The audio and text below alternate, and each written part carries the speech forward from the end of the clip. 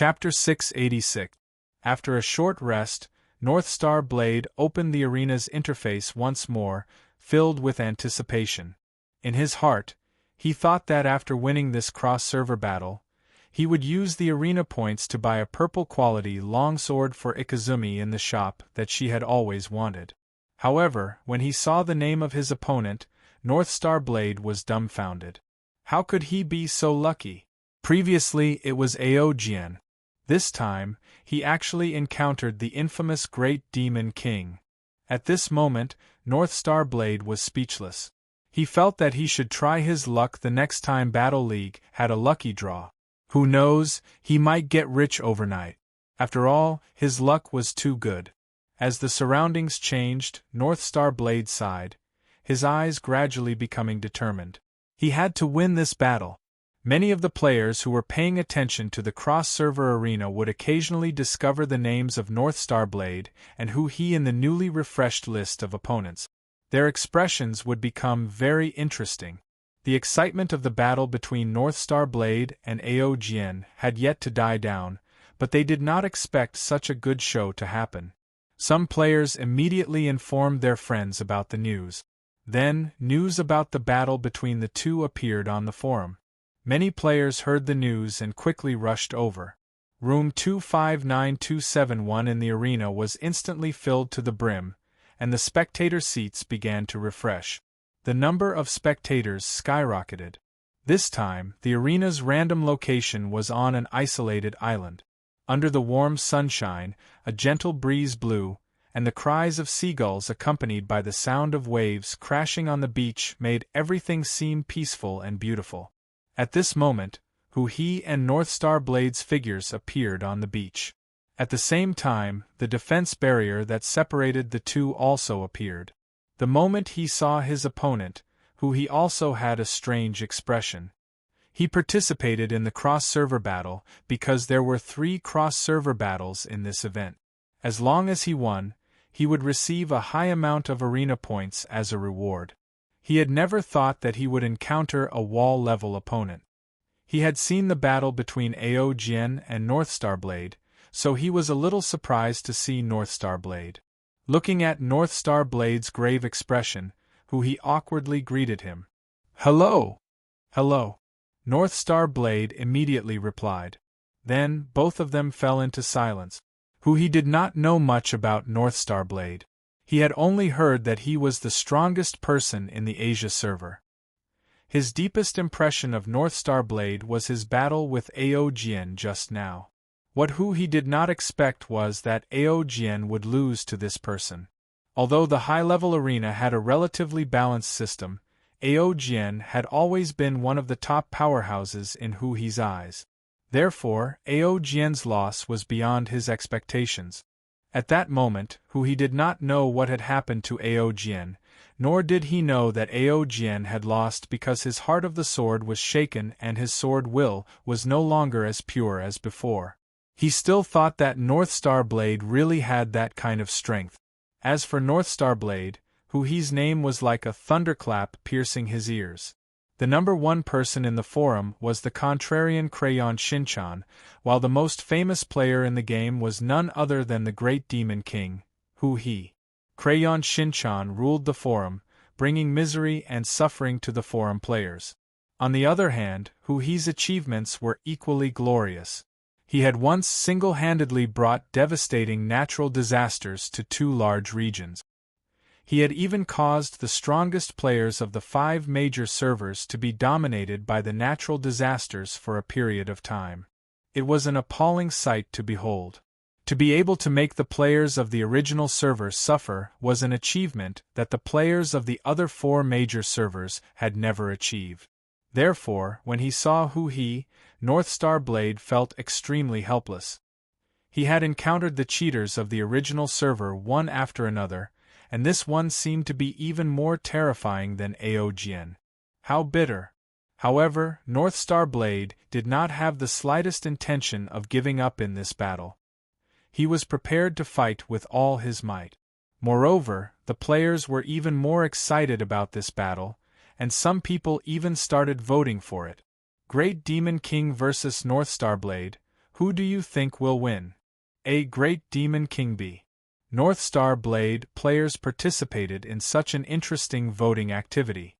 In a short period of time, tens of millions of votes were cast. The support rate was as follows. Support Great Demon King winning, 94.8%. Support North Star Blade winning, 5.2%. It could be said to be a one-sided voting result. Although North Star Blade defeated Aojian and achieved a remarkable achievement, and was even called a legend by the players of the Asia server after the battle, the players of the 5 major servers generally favored the Great Demon King for this battle. Many players of the Asia server even voted for the Great Demon King. Players who knew the Great Demon King clearly knew that the Great Demon King looked weak and powerless, but in reality, he was weak and powerless. However, he had many experts under him. There were 2 zombie spirits of the Ghost Emperor realm, dozens of Ghost King realm, and countless Ghost generals. If one fought against Hu-He, one would have to be able to restrain them and kill them with one blow. Otherwise, one would have to face an army of zombie spirit. No matter how strong one's head was, one would not be able to withstand it. On the other hand, North Star Blade only had the combat power of a beginner Ghost King. If one did not consider his attainments in swordsmanship and battle techniques, he might not even be as strong as one of the Ghost Kings under Hu-He's control. They were simply not on the same level. Therefore, the players generally favored the Great Demon King Hu-He. Ha ha ha, bastards of the Asia server, continue to be arrogant. This time, the Great Demon King will teach you a lesson. Open your eyes wide and watch. My depressed mood has turned for the better. Ha ha ha, I've met the Great Demon King. It's time to slap him in the face. I'm so excited. Don't be so arrogant. What if North Star Blade is hiding his strength? It's hard to say who will win. Don't get slapped in the face. Come. Place your bets on North Star Blade. The odds are 1-5. This is your chance to make money. Place your bets quickly. Game notification: you have been muted for 3 days. Although North Star Blade is indeed strong, his chances of winning against the Great Demon King are slim. If North Star Blade can win this round, he'll really become a god. While the players of the various servers were discussing, the barrier in the middle of the arena slowly dissipated. The battle had officially begun. Let's begin. North Star Blade nodded slightly at Hu-He, then slapped his right arm. Instantly, the platycodon transformed into a 5-foot-long tachi that slid into his hand. Seeing this, Hu-He smiled and patted the corpse soul bag. Along with the appearance of wisps of mist, dozens of zombie spirits appeared in front of Hu-He in an instant. North Star Blade was speechless. Feeling the murderous aura from the dozens of zombie spirits in front of him, North Star Blade felt sad. This wasn't a one-on-one fight, it was a group fight. Coming! North Star Blade let out a soft yell and dashed toward Hu-He. North Star One Blade knew very well that if he were to fight the zombie spirits head-on, he would definitely lose. There was only one way to win, and that was to kill Hu-He, who was controlling the zombie spirits, and end the battle immediately. Seeing North Star Blade dashing toward him, Hu-He did not panic at all. With a thought, the 8 zombie spirits in the Ghost King realm at the front immediately moved. A pit suddenly appeared on the ground under the 8 zombie spirits' feet, and their figures suddenly disappeared on the spot. When they reappeared, they were in front of North Star Blade. Seeing this, North Star Blade's expression turned solemn. He immediately raised his platycodon and slashed at him. Sword will condensed on the sword, forming a violent sword chi. It advanced with an indomitable momentum. Seeing this, Hu-He's expression remained the same. He took out the bronze bell and shook it gently. Suddenly, the 8 attacking zombie spirits emitted a thick corpse chi, and their speed increased. Boom! The 8 zombie spirits attacked at the same time, colliding with North Star Blade's soaring sword chi. At this moment, North Star Blade was sent flying. He staggered a few steps before stabilizing himself. However, he did not hesitate. His figure shot out like a sharp sword again, trying to bypass the zombie spirits from the side. Although the zombie spirits were strong, in Northstar Blade's opinion, they were manipulated objects after all. Their agility could not compare to his. However, these zombie spirits were extremely fast. They once again blocked Northstar Blade's path, and formed a human wall. At the same time, they attacked and repelled him again. After suffering another setback, Northstar Blade's fighting spirit was ignited. The Platycodon sword suddenly ignited with sword will flame, and he charged forward again. Taiyuan swordsmanship, renounce, with a furious roar, the flaming sword chi appeared. The crescent-shaped flaming sword chi engulfed a zombie king in the Ghost King realm in an instant. Under the impact of the violent sword will, cracks appeared on the zombie king's hard body, and a fiery red sword light could be seen faintly from within. Accompanied by a loud bang, the zombie king's body suddenly shattered. Northstar Blade immediately seized the opportunity. His figure passed through, heading straight for who was surrounded by the zombie horde. At this moment, the remaining 7 zombie spirits suddenly turned around and attacked him. Northstar Blade changed his footwork and immediately chose to dodge. Although his reaction was very timely, one of the zombie spirits still managed to hit Northstar Blade's back with a palm. This attack took away 1/10 of Northstar Blade's HP, and even messed up his advance. At this moment, Northstar Blade stabbed the Platycodon into the ground. He used the momentum to spin 3 times in the air before landing steadily. Then, he squatted down and shot out like a sharp sword. The tip of his sword pointed straight at Hu-He. Seeing this, Hu-He was a little surprised, but he still shook the bell decisively. Immediately, dozens of zombie clan members in front of Hu-He attacked at the same time, pouncing on Northstar Blade. Northstar Blade unleashed all of his power against the encirclement of the corpse spirits. His sword will burst forth with infinite power in his body, reaching the realm of being one with the sword. His advancing speed increased by more than 3 times. Relying on extremely precise dodging, Northstar Blade actually managed to evade the siege of dozens of zombie spirits, bypassing the seemingly unbreakable defensive barrier in a short period of time. Although he was hit a few times along the way and his HP was dangerously low, the corner of Northstar Blade's mouth curved into a smile. The spectating players were also dumbfounded by this scene. Northstar Blade's footwork and dodging were textbook.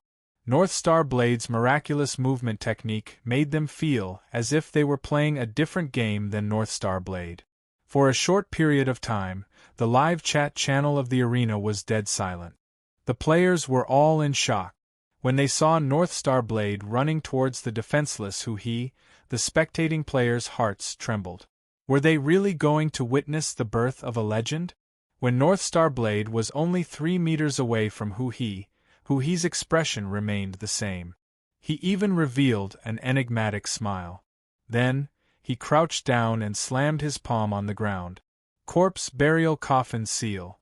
Following Hu-He's shout, countless twisted black veins appeared on the ground with his palm as the center, spreading out rapidly like a spider web. At that moment, the zombie spirits behind Northstar Blade exploded one after another, turning into a black mist that flew towards Northstar Blade and wrapped around his body. Northstar Blade was shocked. He tried to break free, but he realized that he could not break free from the restriction of this power. The zombie energy surrounding his body grew thicker and thicker. Under the shocked gazes of the players, Northstar Blade was gradually covered by the zombie energy. The corpse energy condensed into a pitch-black coffin, its surface covered with countless sinister, ghostly patterns. The coffin completely sealed Northstar Saber, locking him inside. Seeing this, Hu-He grinned. The players knew that his ability was to refine zombies and control zombie spirits, but they had forgotten about his other strength. That was his understanding of seals. Hu-He had been studying how to break seals. As his understanding of seals deepened, he had long since thought of using the power of seals. This was the strongest killer move that he had spent a lot of time and energy researching, the corpse burial coffin seal. This sealing coffin contained the combined power of dozens of ghost kings. Once the seal was formed, it would be invincible within the same realm. It could even be used to fight against enemies of a higher realm. Bye-bye. He clenched his fist at the coffin. The zombie energy coffin slowly sank into the ground, burying itself deeper and deeper into the ground. With a snap of He's fingers, the entire island shook. At that moment, a game notification appeared. Arena notification. The duel has ended. Players from Bakey, He and Devil Spine, North Star Blade. The winner is He and he has obtained arena points. Seeing the victory notification, he opened his friend list and sent a message in the wall chat group. I've gotten my revenge. I didn't want to use this trick, but I think it's the best way to show off. Tong Gua Akim. JPG Niafong. Demon King 666, I'm your little fan. I wanna have your babies. Shut up. Dog. No wonder you didn't use Yuenshu and Hidorigami's zombie spirit. It turns out that you've already planned to show off. Sea King's disgusted face. JPG. Yi swear. Wow, Demon King, I didn't expect you to secretly develop such a strong ability. Tell us if you have any other tricks up your sleeve. Let us know. Laughing emoji, Chi Ming. I'm shocked. My little friend, you're really talented. It was the right decision to start your own class. Aojian. I've embarrassed you guys. Covering face. Guyu. Haha Aojian, don't say that. You've always been one of the strongest in my heart. I believe that you'll return to your peak. Oh yeah, you actually posted an emoji. Unbelievable, Sea King's shock. JPG Yuan Fong. Oh yeah, the cold Aojian actually posted an emoji. I suddenly feel more human. Chiochio's shock. JPG Little Pomelo. Backstab warning to the person above, no Chiochio emoji. The copyright belongs to Little Pomelo and her family, Chiochio Akim. JPG In Xiaoqi, M. The Demon King is awesome. Tangmu. The Demon King is really strong. He can even create his own skills. He's an all-rounder, Timeflow. JPG. Looking at the praises from his friends in the wall hanger group, he scratched his head in embarrassment. The corners of his mouth could not help but curl up. Following the end of the battle, the countdown timer for the exit of the arena appeared. At this moment, the players who were watching this battle were boiling with excitement. They felt that the entire battle was really exciting. Just when they thought that North Star One Blade was really going to create a legend, an earth-shattering reversal occurred. He's last move, which was almost unbreakable, achieved the ultimate kill, causing the players to howl in excitement. At this moment, the players only wanted to say, "The Demon King is awesome." The original server players were even spamming the live chat channel in unison. Your dad is still your dad. Are you guys convinced? My friends from the Asia server, are you still in the live chat channel? Come out and continue spamming me. Laughing emoji. The Demon King, didn't you want to create a legend? Now I'll make you a legend. Smack. Smack. Smack. Laughing emoji. The depressed mood of the original server players was instantly wiped away. Their previous arrogant attitude had returned. Chapter 687. A few hours after the end of the battle, the players were still immersed in the battle between the two pinnacle players. The two battles were really satisfying for the players. Many players even thought that they were playing a different game compared to he and the others, as their combat power was completely incomparable. However, the rise of North Star Blade also gave hope to many players who joined the battle later on. It made them understand that being the strongest was not static, and that they still had the hope to catch up and become a cheat-level player. The craze of learning combat skills spread. The players watched these two battles repeatedly, especially the one between Roving Sword and North Star One Blade. They could not imitate he's ability, but they could learn the combat skills of North Star Blade and Aojian. Many expert players' explanation videos were also popular during this period. These expert players with outstanding comprehension skills had spent a lot of effort to explain the two battles, even analyzing frame by frame in slow motion. Therefore, they were rewarded by the players in the forum, which was considered as a return for their efforts. This was undoubtedly a virtuous cycle for Lu Wu. Every time the expert players analyzed and explained with care, the players would be inspired and help. Their explanation videos were shared in the forum, and as the sharers, they would also be rewarded by the players, which would give them more motivation to produce better works to continue sharing with the players. This was also what Lu Wu wanted to see. The Netherworld, the engulfing sea. A fleet sailed from afar, slowly approaching the port of the Bone Island in the center of the sea.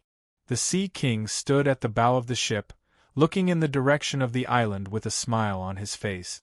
The Netherworld's engulfing sea branch waged war against the player clan, which was something he did not want to see, because he did not want to be enemies with the player clan. Therefore, the Sea King knew that he had to make a choice when the battle started.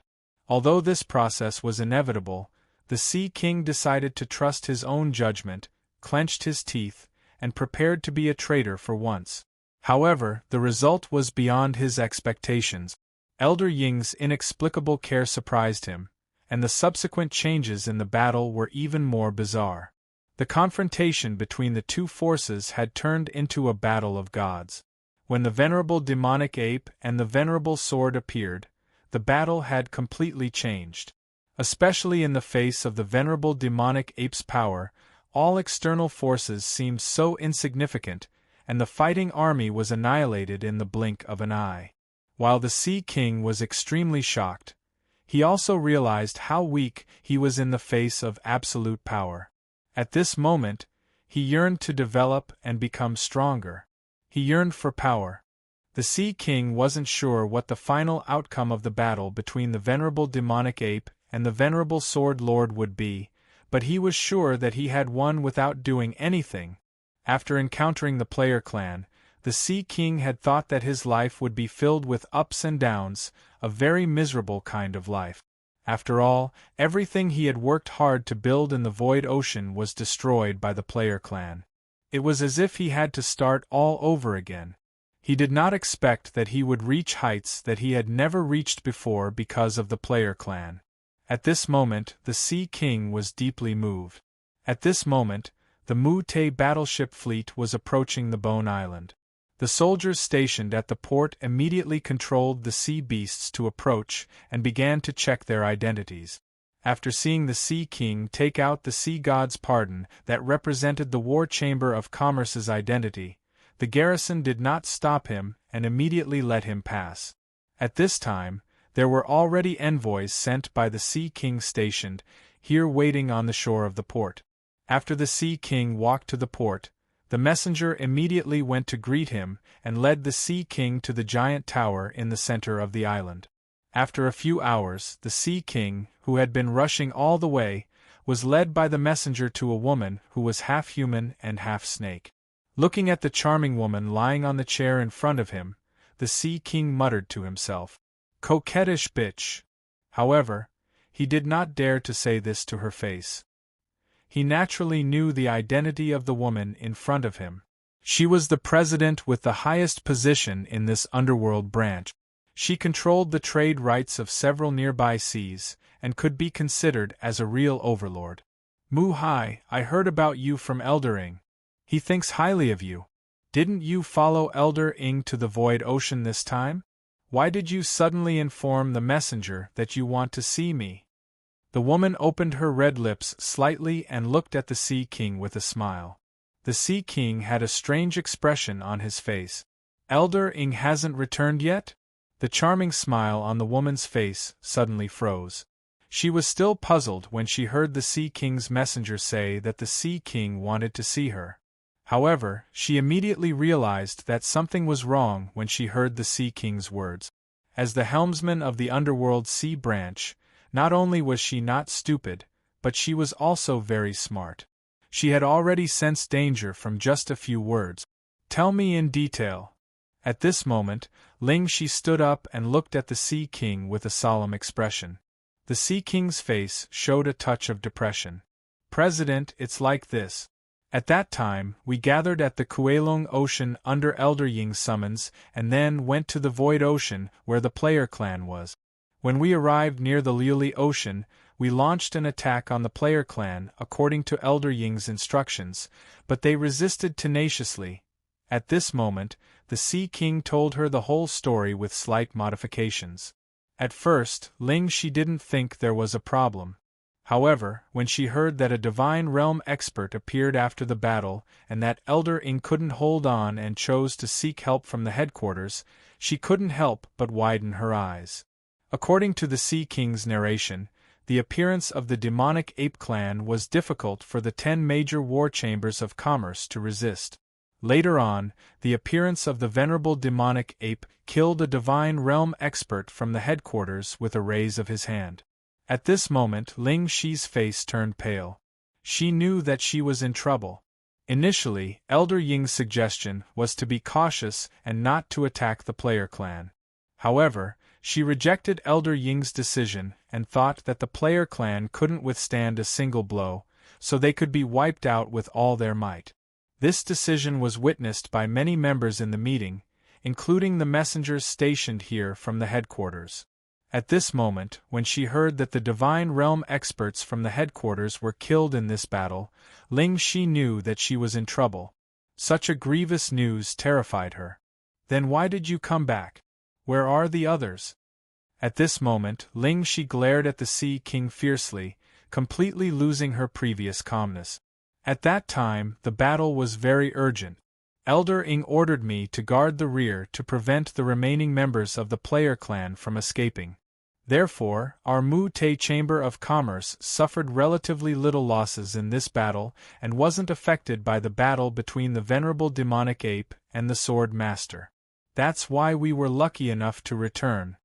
The Sea King looked hesitant and scared. In fact, he was extremely happy. It's good that they died. It's good that they died. What about Elder Ying? Was he also in this battle? At this point, Ling Shi's face turned pale. Elder Ying was taken away by the Sword Master. I don't know exactly where he went. I thought he had returned and you already know everything. The Sea King answered immediately. After understanding the whole story, Ling Shi's eyes flickered with red light. One could see that her emotions were fluctuating greatly at this moment. After a moment of silence, Ling Shi was still deep in thought and didn't pay attention to the Sea King. The Sea King stood aside, not daring to speak or ask. At the same time, he scolded in his heart. Coquettish bitch, if there's nothing else, let me go. At this moment Ling Shi spoke. Sea King, I understand. This time, the headquarters has distributed a batch of resources that belongs to your War Chamber of Commerce. You can go to the person in charge to collect it. I will inform you if there are any subsequent missions. The Sea King nodded respectfully and immediately chose to leave. At this moment, the Sea King was elated because he knew that this batch of resources would all belong to him and no one could divide it with him. After all, his teammates were all annihilated. Mu Te Chamber of Commerce was the only one left among the top 10 war chambers of commerce. The Underworld branch would definitely not detain this batch of resources because these were resources distributed by the headquarters to the War Chamber of Commerce. Engulfing the branch only had the right to transfer but not the final decision. After all, nurturing the War Chamber of Commerce was not just a decision made by the branch. The Underworld Chamber of Commerce headquarters was the leader behind the scenes and only had the power to mobilize and appoint. In fact, all potential war chambers of commerce were one of the reserves of the Underworld Chamber of Commerce headquarters. Once they stood out and had enough strength to march into the Central Sea region, they would become a new force for the headquarters. This was also the reason why the Underworld Chamber of Commerce headquarters distributed 10 Neptune's Pardon Scrolls to the Underworld branch. With an excited mood, the Sea King followed the messenger and found the person in charge of managing this batch of resources. Just as the Sea King thought, the person in charge did not dare to embezzle it and handed all 10 sets of resources to him without exception. The ship came empty and returned with a full load. When he collected the resources, the Sea King grinned from ear to ear. Not long after the Sea King left, an emergency meeting was held on the Bone Island. Ling Shi did not dare to hide this matter and immediately informed the messenger stationed at the branch of the Underworld Chamber of Commerce about the Sea King's message. Without any hesitation, the Chamber of Commerce opened the communication rune he carried with him and passed the message to the Underworld Chamber of Commerce headquarters in the Central Sea region. Under Ling Shi's nervous expression, the Chamber of Commerce headquarters quickly replied. When she found out that the Sword Lord and the other two gods' messengers had not returned to the Chamber of Commerce headquarters, Ling Shi sat paralyzed on the ground. She knew that she was completely finished. Just as she thought, the Underworld Chamber of Commerce headquarters issued a punishment order for her. The reason was that she did not clearly investigate the enemy's situation and did not report to the Chamber of Commerce headquarters before acting rashly, causing a huge loss to the Chamber of Commerce headquarters. The content of the punishment was to remove President Ling Shi's right to be in charge of the Engulfing Sea branch and send her to the Central Sea region's water prison to be a resource slave for 800 years. When she heard that she was going to be a resource slave and suffer 800 years of hardship, Ling Shi's face no longer had the initial pride and confidence. She had used her entire life to climb to this step, but she did not expect that because of a mistake in decision-making, everything would be for naught. At this moment, she regretted not listening to Elder Ying's suggestion. As long as she knew the true details of the player clan, no matter how strong the player clan was, she could seek help from the Chamber of Commerce headquarters. When the war started, no matter how many God Realm powerhouses were killed, it would have nothing to do with her because the Underworld Chamber of Commerce headquarters would take over. It would not be like this, where she had to bear the main responsibility. At the same time, all the senior members who supported Ling Shi's decision in the previous meeting were also affected. The resident envoy did not have the slightest sympathy and reported truthfully because this was his mission. Like President Ling Shi, these senior members were all removed from their positions and punished. At the same time, the Underworld Chamber of Commerce headquarters issued an order. If the second-in-command of the Engulfing Sea branch, Elder Ing, returned, he would take over Ling Shi's position as president. If he did not return, he would report to the Chamber of Commerce headquarters and make a decision.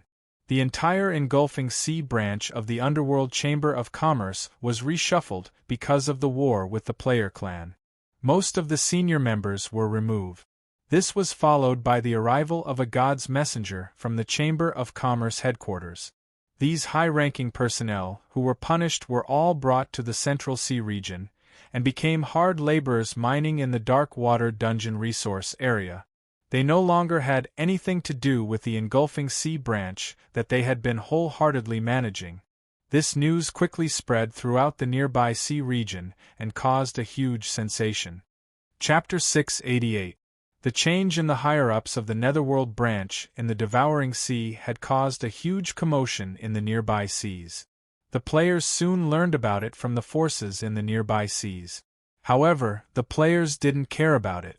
Their daily lives in the game went on as usual. When Lu Wu heard the news, he felt the same way as the players. After all, he knew that the Netherworld branch in the Devouring Sea was nothing to the Netherworld Chamber of Commerce in the Central Sea.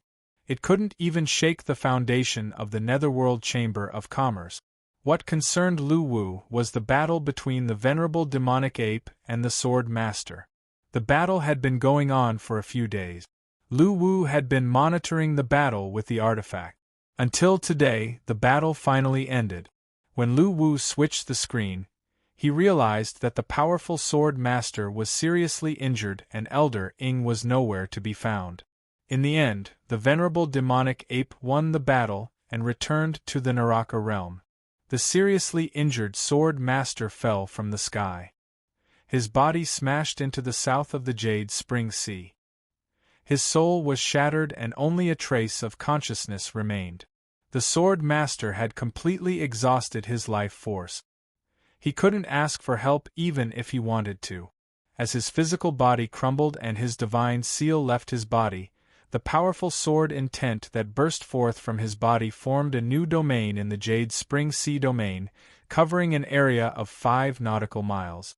The inside of the domain was a vast expanse of whiteness, and there would occasionally be the sound of a sword humming. Such a huge change in the sea immediately attracted the attention of the forces in the Jade Spring Sea. All sorts of investigations were carried out. During this period, the players received the news from the nearby forces.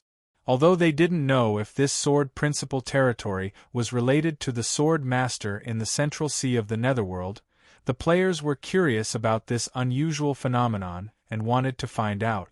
After all, the players' consistent thinking was that all strange and wonderful events were, maybe it was a chance. Maybe they could get a hidden inheritance. Maybe it was a chance. Maybe they could get a hidden treasure. Maybe it was a chance. Maybe they could get a lot of soul coins. As long as the players could think of something, it could be in there. After the news was posted on the forum, many players couldn't sit still and sailed over. All the players were eager to get something like an inheritance that was hard to come by. Other than the special growth weapons on Northstar Blade and Aogian, most of the weapons and equipment would change as the players grew. Legacies, on the other hand, would not. Legacies would provide players with greater enhancements and assistance as they grew. In comparison, Legacy was arguably the most valuable and potential enhancement at this stage of the game. Therefore, the players' imaginations ran wild when they saw the strange domain that had appeared in the Jade Spring Sea. Even though this domain didn't indicate that there was definitely a legacy inside, however, even if there was a 1 in 10,000 chance, or even an even lower chance, the players wouldn't want to miss it. As a result, a large number of players set off toward this sword principal domain. At the same time, in the Jade Spring Sea, north of the Void Ocean, a huge area of swordsmanship shrouded the southern part of the sea. Occasionally, sharp sword chi would shoot out from the area, and all the creatures in the area would not be able to escape the fate of being killed by the sword chi inside. As a result, the southern region of the sea was quickly dyed into a sea of blood, and the smell of blood filled the air. All the forces in the Jade Spring Sea region were alarmed because of this. Hai Meng, who sensed the ripples of the god's power, immediately dove into the depths of the sea. He did not want to be affected by the karma. The nearby forces, who were unaware of the situation, began to investigate. When they saw the sea that was dyed red with blood, although they were shocked, they still plucked up their courage and tried to get close to this white misty domain. However, when they stepped into the sword principal domain, they were greeted with countless sharp sword chi. Almost none of the spies from the forces in the Jade Spring Sea were spared. Most of them were engulfed by the sword chi, and a small number of powerful ones escaped with serious injuries. Such a terrifying sword principal domain immediately made the forces in the Jade Spring Sea afraid to act rashly. There were many speculations about this in the Jade Spring Sea, but they had no clue. It was at this time that the players' fleets arrived one after another. The forces in the Jade Spring Sea were actually very familiar with the player clan. Many of the forces in the Jade Spring Sea had even suffered losses in the hands of the player clan. However, they did not dare to make an enemy out of the player clan. Because the player clan's achievements in the sea were too valiant, they had become a huge force in their eyes. From the time they chased away the Sea King and dominated the Void Ocean, this rising force was already considered a very powerful force to the forces in the nearby sea regions. The subsequent head-on confrontation with the Underworld Chamber of Commerce shocked the major forces in the Jade Spring Sea. At that time, they only had one thought. The player clan was probably crazy.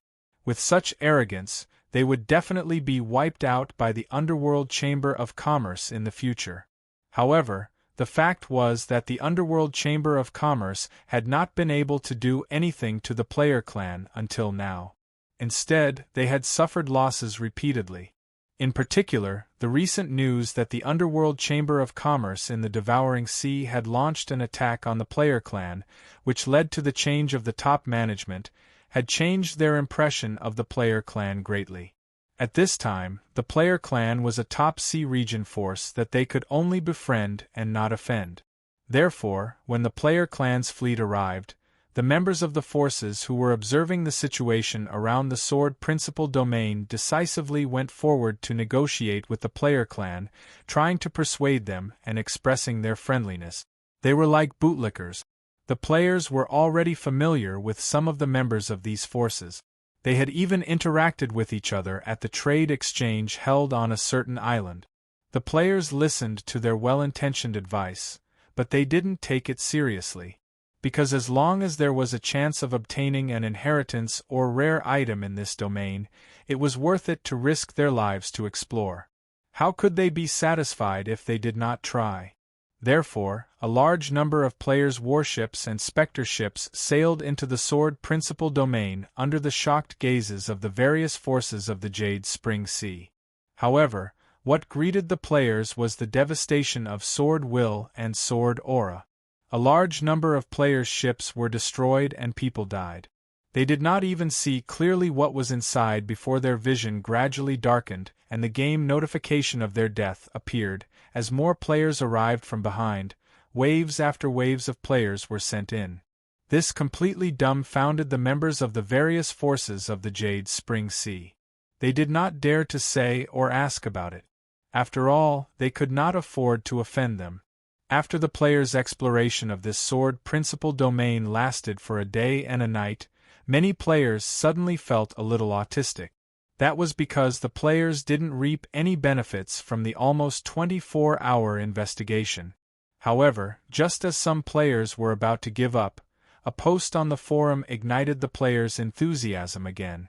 I was lucky enough to explore for hundreds of meters and was not sanctioned by the Sword Aura. In the end, I picked up this item. I think I might become rich overnight. Can you give me an estimate? Author, Molten Heart, attached picture. Item details. JPG. A Sword Will Fragment, purple special. Item introduction. An incomplete sword will comprehended by the Sword Venerable when he was young. It contains the essence of the Tsunami Sword Principle. Comprehending and mastering part of the Tsunami Sword will improve one's swordsmanship. Item completeness. 0. 0.12% item rating. Incomplete inheritance, purple inheritance, comprehension details. You need to have the foundation of Sword Principle. Otherwise, you will not be able to comprehend the profound sword will within. Item notes. This inheritance is extremely difficult to comprehend. Please use it carefully. Otherwise, you will suffer the backlash of the internal sword will, causing a lot of damage to yourself. Watermelon_Taro. Damn, this is the first time I've seen an inheritance that can be traded. I'm not bragging, but it will definitely fetch a sky-high price if sold. Many people who admire your son will probably cross the server to buy it. Author, you're really going to become rich overnight. Spread your wealth, jealous_I. JPG. Crayon_Shinchan. The completeness of this inheritance is only 0.012%. It's not as valuable as you said. It's almost 1 in 10,000, but it will definitely sell for a high price. But didn't you notice the most important point? This thing is the Sword Will fragment of the Underworld Sword Venerable. From this, is this guy dead? Surely_the_strongest. As expected, the Venerable Demonic Ape is stronger. After all, he is a powerhouse who can fight across realms. I'm right. Round_head_round_belly. I won the bet. Brother who bet to eat sh*t with me, it's your turn to perform. Remember to start a live broadcast, laughing emoji, and I'm not afraid of anyone. Mujyoga. Author, are you selling it? If you want to sell it, message me in private. I can give you a price that you're satisfied with. Fury_fanatic_ Europe. Author, sell it to me. The price is higher than the one above. roasting underscore jade underscore hair underscore while underscore hugging underscore chong e. Stop talking, I'm very jealous now. I want to scream too. JPG. A underscore large underscore wolf dog. Ow, me too. Let's go. Crayon underscore Shinchan replied to A underscore large underscore wolf dog. What are you thinking? I can't imagine a dog wielding a sword. It'll be very unsightly. So I advise you to be kind. Give up your unrealistic thoughts and be a dog. Laughing emoji. At this moment, many players who took a wait-and-see attitude could no longer sit still. The players who started the thread had only obtained fragments of the inheritance, which meant that there were still many inheritance fragments inside. The players' enthusiasm was aroused by the appearance of this thread. A large number of players began to set off toward the Jade Spring Sea. As for whether Underworld swordsmen had fallen, the players didn't care at all, as the craze for picking up the inheritance in the Sword Dao domain began. It got out of hand. Every day, a large number of player fleets would arrive at the southern sea of the Jade Spring, and every day, a large number of players would die in the domain. Such behavior completely dumbfounded the major forces of the Jade Spring. Regarding this, the major forces of the Jade Spring still didn't dare to say anything, let alone ask. They silently observed, their hearts trembling. It was also at this time that one of the players had his eyes on this feng shui treasure land. That was Mo Xiaoxin. The cultivation technique he cultivated, negative body, required him to absorb negative energy to advance his cultivation technique. Normally, if he went all out on the forum, although the effect was excellent, it would be followed by an increase in bounties. This wasn't a good thing for Mo Xiaoxin. After all, his mother with a big machete was always watching. Therefore, at this stage, he was much more restrained in the forum. At this moment, knowing that a large number of players died in the Sword Dao domain every day, he knew that his chance to grow had come.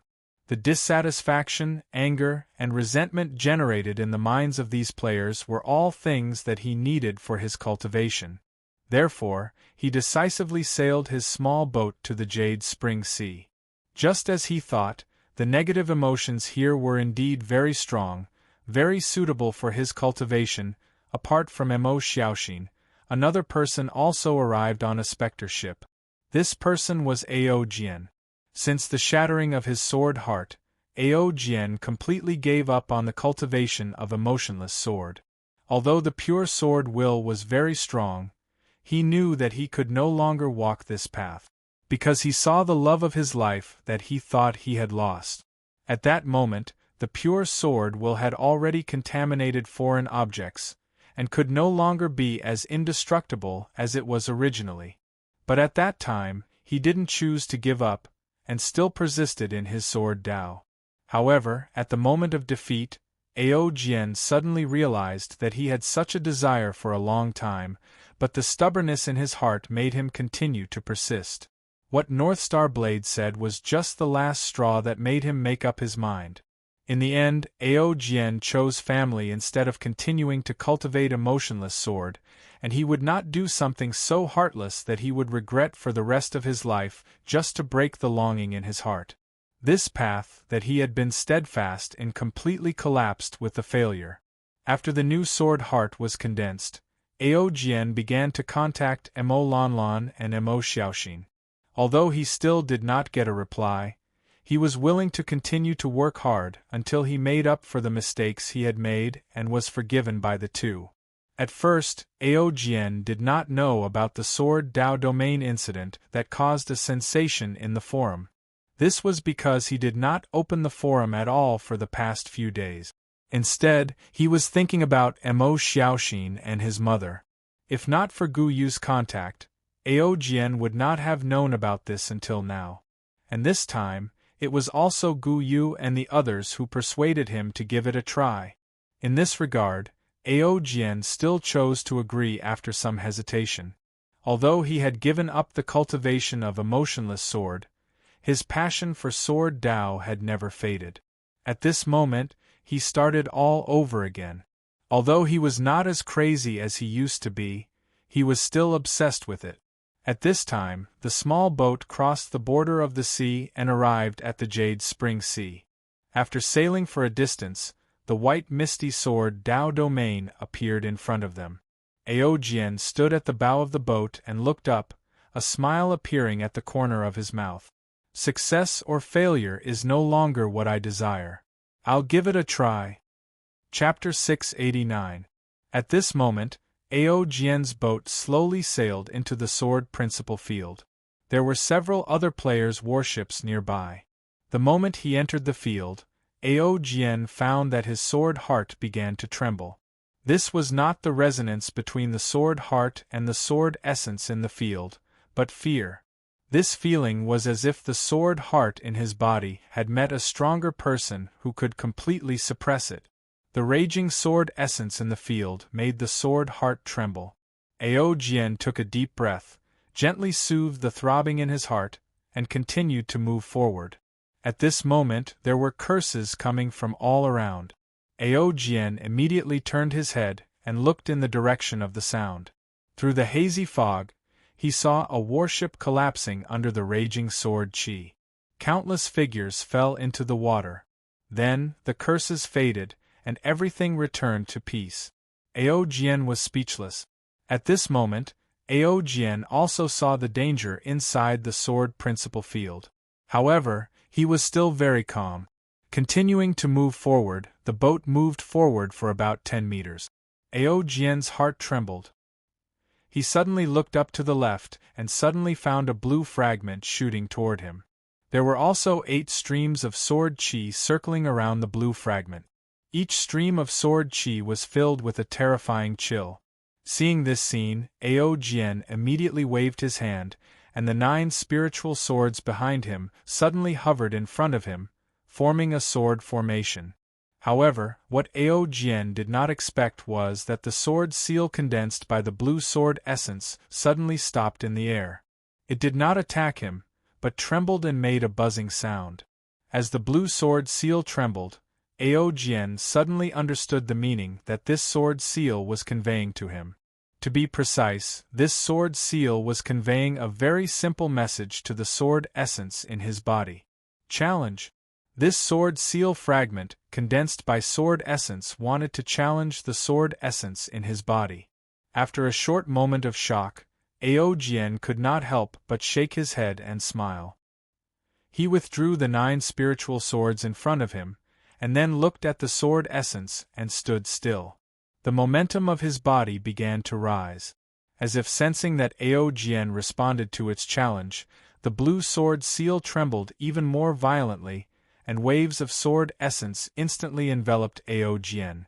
Under the pressure of this overbearing sword essence, Aojian's face instantly turned pale. The sword essence in his body became even more chaotic and began to collapse little by little. In a battle of sword intents, the loser's sword heart would definitely be disturbed, and a lot of sword intent would be worn away. Although this was only one of the many sword wills of the underworld swordmaster, and it was only a fragment, the powerful sword will was still not something that Aojian could resist. He could not help but take a step back. With this step back, the newborn sword essence in Aojian's body suddenly collapsed, and the aura on his body dissipated. The blue sword seal stopped trembling at this moment. Once again, a crisscrossing sword chi appeared around it and locked onto Aojian. At this moment, Aojian felt a murderous intent.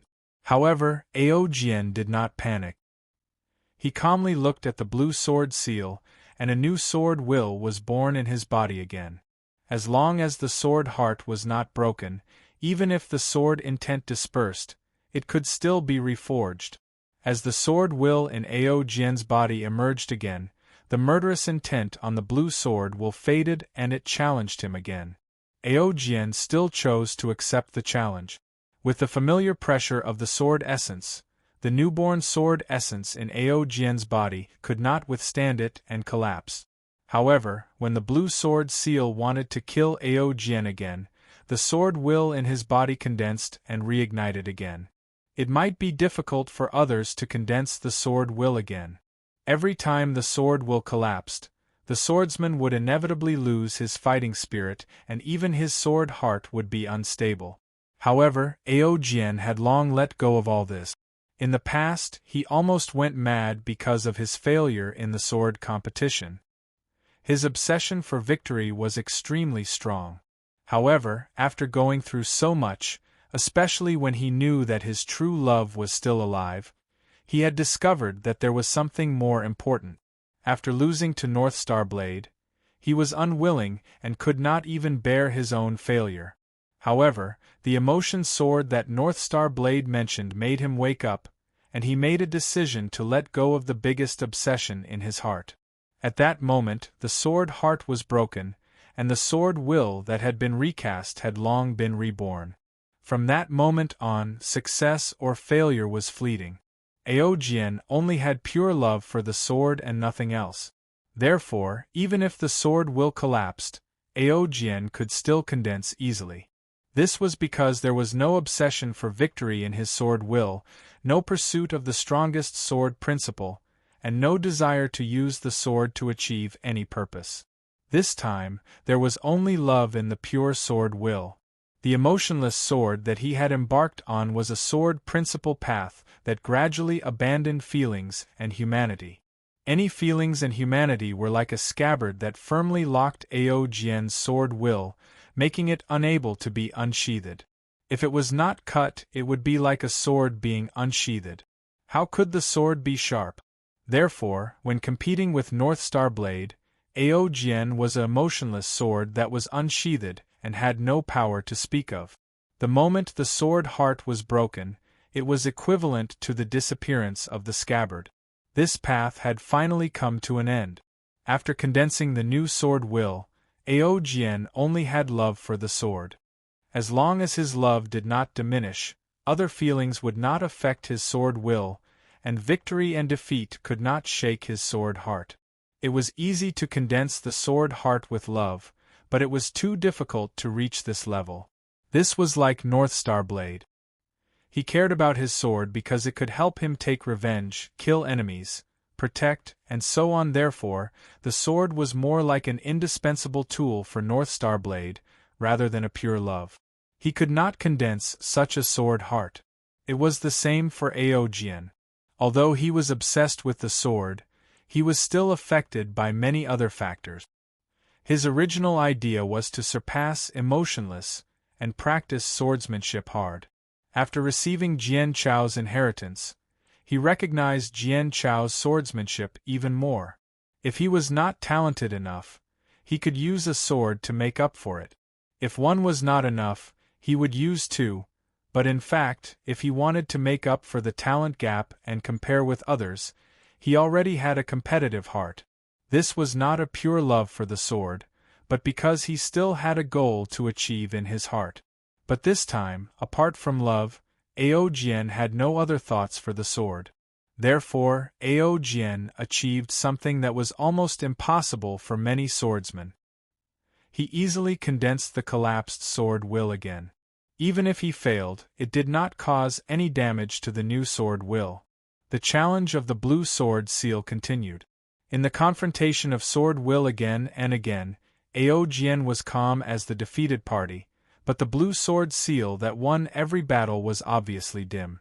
It could not break Aojian's love for the sword. The sky gradually darkened, and the confrontation between Aojian and the blue sword seal came to the 132nd time. In this confrontation, Aojian's sword will once again collapse. But the moment he condensed the sword will again, the victorious blue sword will suddenly collapsed into bits of starlight. The sword chi flowed, and Aojian felt a vigorous aura of swordsmanship spreading around. He subconsciously closed his eyes and began to feel the aura of swordsmanship. After a while, Aojian opened his eyes, and a smile appeared on his face. At this time, the game prompt sounded. Game prompt. Congratulations on comprehending the sword will, extreme waves, inherited by the sword master. The comprehension progress is 19%. Game prompt. Your sword will has been enhanced. Glancing at the game prompt, Aojian's heart did not fluctuate much. Although there was joy, This joy came from the comprehension of the new sword will, not from the enhancement of his own strength. At this time, the surrounding aura of swordsmanship had dissipated. After a moment of contemplation, Aojian was ready to go deeper. At this time, he suddenly found two sharp sword wills coming from not far to his left. He immediately turned his head and saw two sword seals, one red and one purple, fighting and killing each other. Seeing this scene, he was curious and could not help but watch. Among these two sword seals, one of them was domineering like fire, and there seemed to be raging flames burning in the sword will. Aojian even felt a sense of anger from it, as if it wanted to burn everything. The other one was calm and steady, and the sword will condensed into one. Its aura was restrained, but every time it attacked, it was like thunder, unusually domineering and fierce, as if it wanted to kill its opponent with one blow. In the confrontation between these two sword wills, the fiery sword will gradually could not resist and began to gradually collapse. However, the restrained sword will gradually became stronger, and the sword will was strengthened. In the end, the fiery sword seal was defeated, and the scattered sword will was absorbed by the restrained purple sword seal.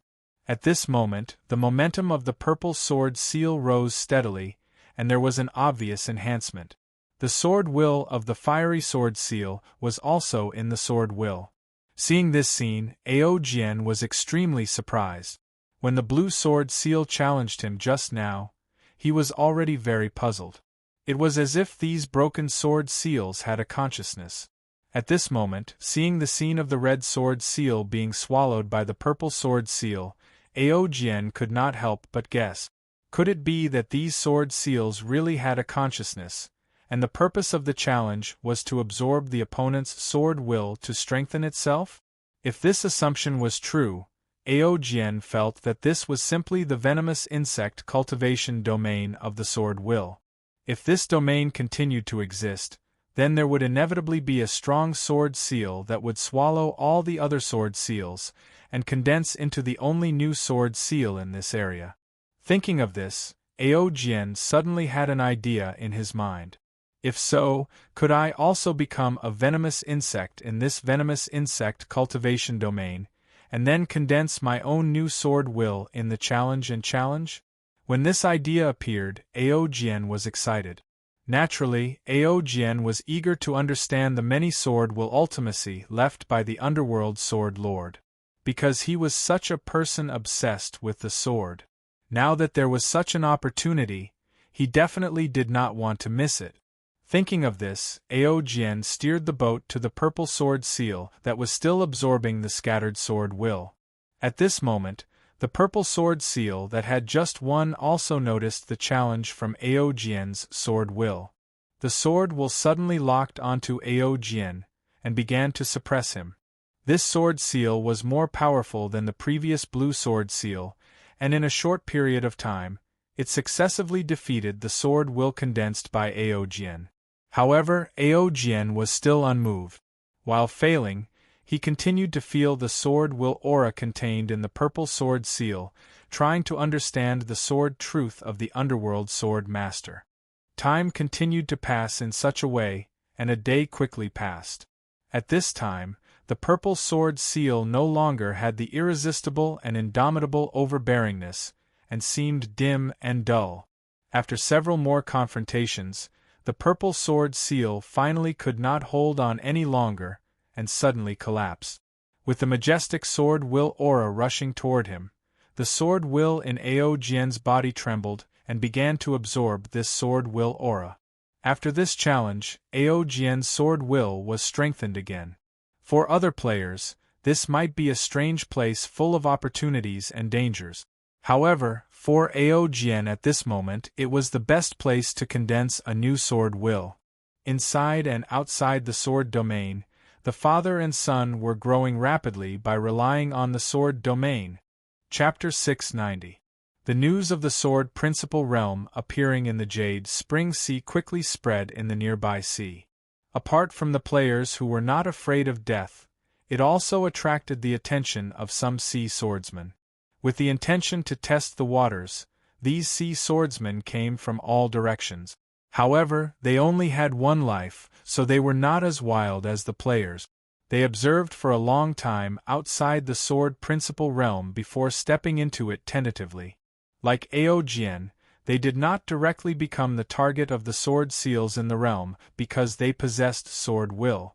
Instead, they were challenged by the sword wills of different sword seals. In the battle of sword wills, the loser's sword will would inevitably fade, causing the sword heart to be unstable. Many swordsmen did not dare to take this step, but it was not up to them because they would face the attack of the sword seals if they did not accept it. In such an environment, many swordsmen had their sword wills suppressed and even lost their lives in this sword principal realm. However, there were also some swordsmen who regarded this place as a treasure and began the path of growth of their sword wills. What was different from Aojian was that since they had chosen to become the sword vermin in the field of swordsmanship, they could only win and not lose. Because the price of failure was the shattering of the sword heart. The sword wills would be swallowed by the sword seals left by the sword master in the realm and become their nutrients. For these swordsmen, although life was precious, such a rare opportunity for growth could not be exchanged with their lives. Therefore, they set foot on this path resolutely. During this period, many famous swordsmen in the nearby sea had their sword hearts shattered under the attack of the sword seals in the realm and died here. At this moment, the sword principal realm had become their trial ground of life and death. During this period, swordsmanship had also become a popular choice for the players. They all wanted to learn to comprehend sword wills and condense their own sword hearts.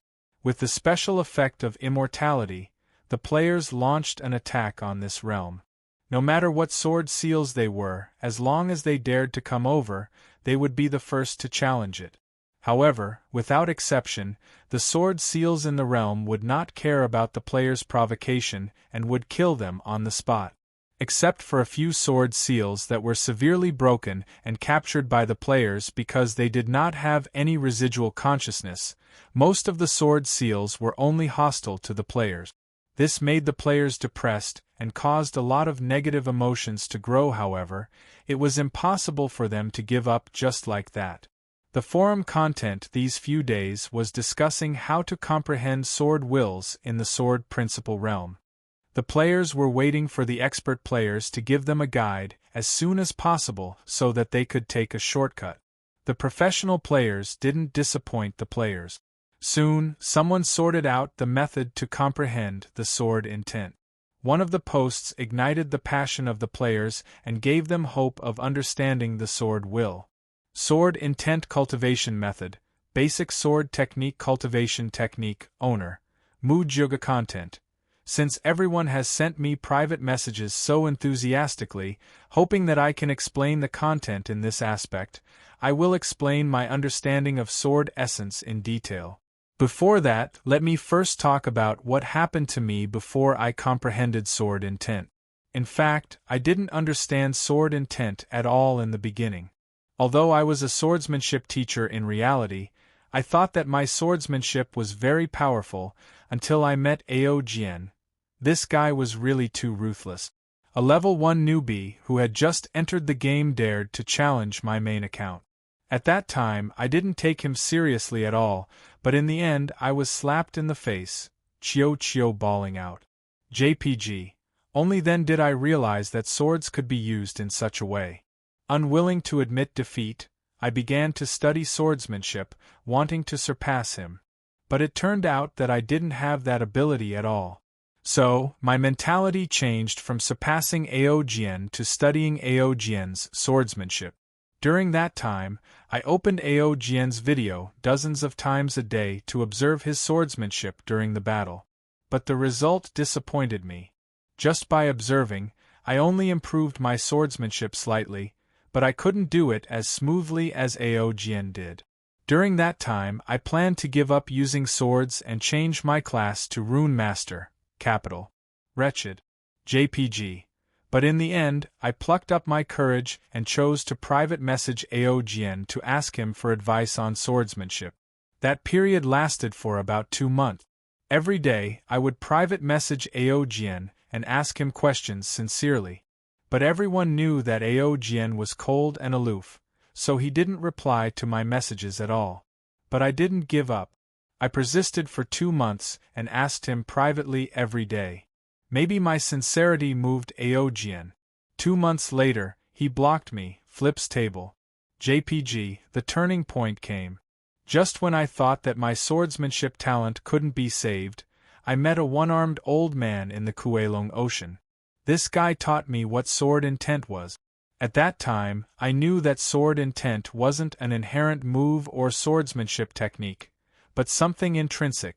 Doesn't it sound very mysterious? I thought so too at that time. But it wasn't until I understood the ruler-shattering sword intent that I realized how amazing this thing was.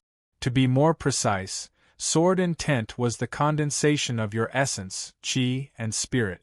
Condensing a heart sword in your heart that was completely consistent with your thoughts. This was also the origin of sword intent, also known as the heart of the sword. For example, if you were a very wretched person, then you would never be able to condense the sword intent of advancing with indomitable will.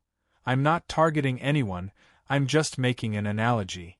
The heart of the sword is more like a microcosm of a person's character, which affects the sword intent you understand. That was how I understood it under the guidance of the one-armed old man. The appearance of this post made the players understand what sword intent was for the first time.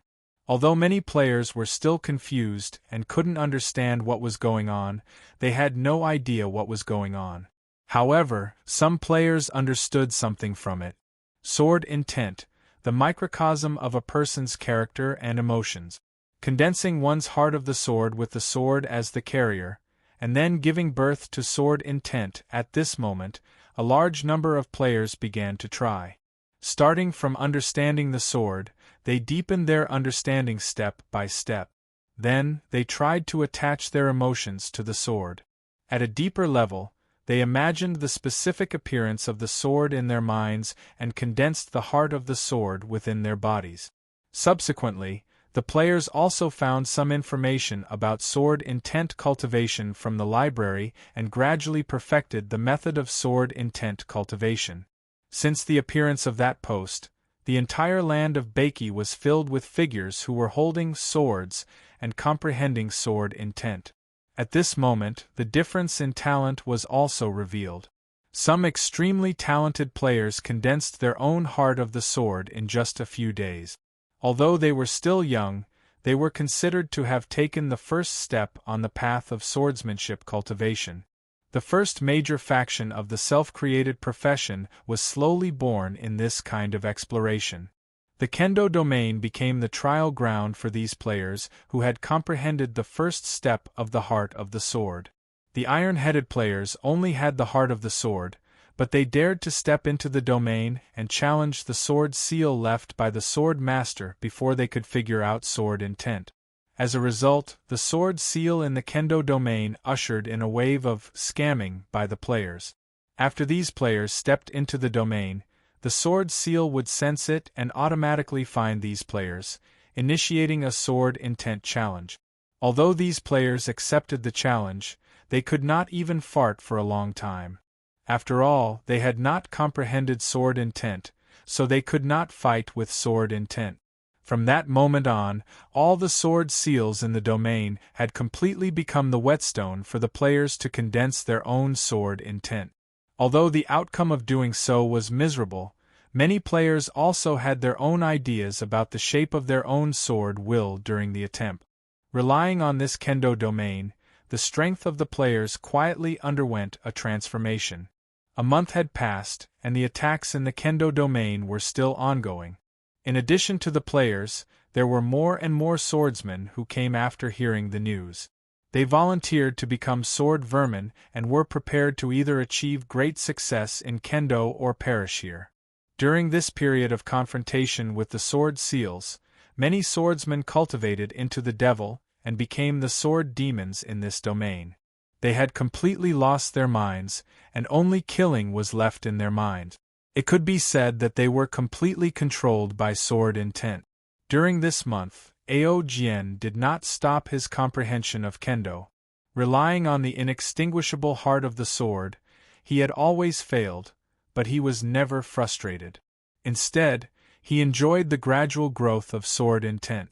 This time, Ao Jian was walking on the path of all-encompassing, trying to comprehend the thousands of sword intent left by the underworld sword lord. His sword intent became stronger in such challenges and growth, and he was gradually able to defeat some of the broken sword seals. Although his level and equipment did not change, Ao Jian's strength was getting stronger day by day.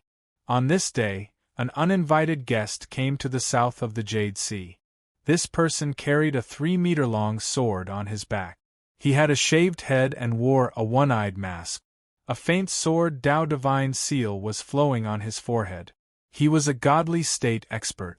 After entering the Jade Sea, this person went straight to the Kendo domain. After a few flashes, he appeared in the Kendo domain that was shrouded in hazy mist. Looking down from above, Sui Ye's face was filled with ecstasy. This was because he felt the rich aura of sword intent below.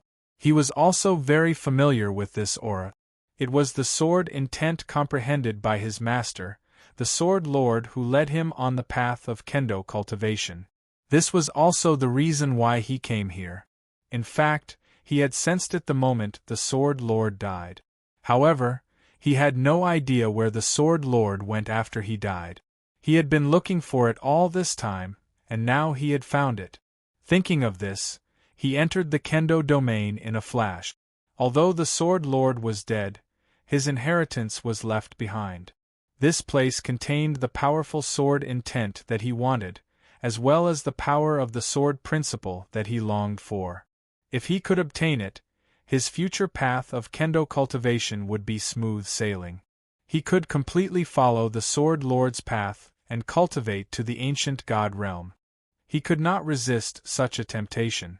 The divine seal between Sui Ye's brows flashed the moment he entered the kendo domain. Countless sword intent divine seals in the domain immediately sensed this kendo aura and swarmed toward him, challenging him. Seeing this, Sui Ye suddenly pulled out the giant sword on his back and pointed it forward. A violent sword aura descended. The surrounding sword seal fragments were unable to withstand this domineering sword intent at all, and they all shattered into pieces. After shattering all the surrounding sword seals, the divine seal on Sui Ye's forehead flashed and absorbed all the shattered sword intent into the divine seal. Feeling the sword lord's power of kendo, Sui Ye smiled. He knew that his time to rise had come. At this moment, he would turn into a sword insect and compete with all the sword seals and swordsmen in the domain.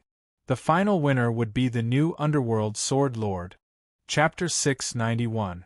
As time passed, the brutal attacks in the sword Tao domain became more and more frenzied. The closer one got to the center of the sword Dao domain, the more complete the sword seal was, and the stronger the sword will was. Along the way, many swordsmen died. There were also swordsmen who completely turned into sword demons and were imprisoned by the sword intent, becoming sword slaves within the domain. In fact, the swordsmen who had entered the domain all knew that this was a path to becoming an expert. They also knew that it was dangerous. However, at this point, no swordsmen were willing to give up. In other words, they could no longer give up. The contest of sword essences between the swordsmen also unfolded as they advanced. At this moment, their enemies were not only the sword seals left behind by the underworld swordsman, but also his companions. Because no matter if it was a swordsman or a sword seal, there could only be one winner. Even though some of the swordsmen who had already received the underworld sword venerable's inheritance felt that they had gained enough, it was too late for them to leave. Accepting the inheritance was equivalent to accepting the rules of the sword intent struggle. Even if he had the intention to retreat and didn't take action, he would still be punished by the sword Dao laws. His sword heart would inevitably shatter. It was like a boat sailing against the current. If one did not advance, they would be pushed back. In this cruel netherworld, For swordsmen, losing their sword heart was equivalent to losing their most important martial power. No one was willing to live an ordinary life. Losing their martial power was even more difficult to accept than death. Thus, they could only grit their teeth and move forward. At this moment, Sui Yi was sitting on the west side of the sword principal domain, digesting a powerful sword seal that he had absorbed recently. A moment later, Sui Yi let out a breath and opened his eyes. In an instant, the giant sword on his back trembled, and a brand new sword will was born in the heart of the sword. Feeling the sword intent, Sui Yi could not help but laugh out loud. This sword will was called Overlapping Waves, and it was one of Venerable Sword's strongest moves before he stepped into the Yellow Springs Central Sea region to fight for supremacy. Back then, Sui Yi had also asked Venerable Sword to learn from him, but Venerable Sword did not teach him. Therefore, Sui Yi was delighted that he could comprehend it in such an easy way. Suddenly, Sui Yi's eyes narrowed as he sensed an aura approaching him. He immediately turned around and looked behind him. Not far away, a figure was rowing a small boat through the thick fog, slowly heading towards him. Sui Yi said nothing and waited quietly. At this moment, the boat approached him. Then, a man put down the oar in his hand and pointed at him expressionlessly. "Brother, sword intent challenge."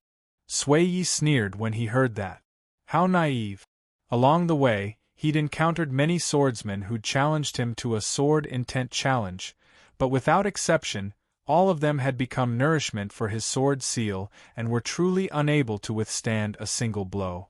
However, Sui Yi still nodded and accepted his challenge, and he didn't kill him right away. He planned to abide by the rules of this domain and avoid touching any unnecessary taboos. At the thought of this, a powerful sword essence emerged from Sui Yi's body, and he waited for the swordsman before him to accept the challenge. The player was delighted to see Sui Yi accepting the challenge. Then, he clenched his fists with a grim expression. A moment later, Sui Yi looked at the players whose faces were red from holding back their anger and asked in surprise, "Where's your sword intent?" "Shut up. I'm almost out." The player scolded impatiently. Then, he continued to hold his breath. Sui Yi was dumbfounded when he saw the player's muscles trembling as if he was overexerting himself. This was the first time he had seen such a strange way of condensing sword intent. For a swordsman, it was the most basic ability to control the sword intent as if it was their own arm. With just a thought, they could gather and control the sword intent to kill their opponents. Sui Yi was speechless as he looked at the guy who was trying to cooperate with his body. A moment later, Sui Yi's gaze changed. This was because the challenger before him was still condensing his sword intent after so long, and he hadn't done it even after so long. He suspected that he had been fooled. He was one of the 8 sword envoys of the Netherworld Merchant Guild, and he was highly respected. Yet, he was wasting time here with a newbie who hadn't even condensed his sword intent. It was truly embarrassing. "I'll give you 5 seconds. If you can't condense your sword intent, I'll kill you." 5 more minutes. Soon, it's almost out. Sui Yi heard that, and the sword intent in his body suddenly locked onto the player before him. He suddenly slashed out a violent sword aura, and it split the seawater in front of him into 2. It took a long time for the wound to heal, and the player was instantly killed by suffocation. After killing this person, Sui Yi didn't even want to look at him anymore. He turned around and left with a livid expression. "I actually wasted so much time with this idiot." Sui Yi didn't feel good when he thought of this. However, Sui Yi had only taken a few steps when he suddenly felt an extremely powerful force descending on him. Even he couldn't resist this force. Sword Dao Rule. Sui Yi was very familiar with this force, because he had also grasped the power of the Sword Dao Rule. However, compared to the Sword Venerable, his mastery of the Sword Dao Rule was merely superficial. It was incomparable. The force instantly invaded Sui Yi's Sword Dao Divine Seal, and it forcefully extracted a sword intent from it. However, Sueya could only watch helplessly. He was powerless to resist it. After the force dispersed, Sueya felt lingering fear. He immediately checked if his sword Dao Divine Seal was damaged. Sueya was dumbfounded as he checked. The sword intent extracted by the power of the sword Dao rule was the overlapping wave's sword intent that he had just obtained. Ah! Sueya roared furiously, and he raised a huge wave with his fist. As expected, breaking the rules would violate the taboo of the territory. He had speculated about this before, but Sueya didn't expect the punishment to be this severe. He felt like he was screwed over by that idiot just now. An insignificant challenge had cost him a sword intent that he desired. Rage surged in his heart, but that person was already dead. Sueya had nowhere to vent his anger. After taking a deep breath to calm himself down, Sueya flashed and went deeper into the territory. Although the overlapping wave's sword intent was extremely precious, Sueya chose to let go of his rage when he thought about the many more powerful sword intents inside the territory. He continued to explore until he obtained the sword Venerable's complete inheritance. Around 4 hours later, Sueya encountered another familiar sword intent. Mystical Demon Sword Intent. The sword intent was named after a powerful enemy that the sword Venerable had once lost to. The sword intent contained the resentment of the mystical demons, and it was extremely powerful. Sueya didn't hesitate and immediately clashed with the sword intent. Although the sword intent was extremely powerful, it was still a fragment of a divine seal. It was no match for his complete sword Dao Divine Seal, and was absorbed in the end. After absorbing it completely, Sueya smiled again.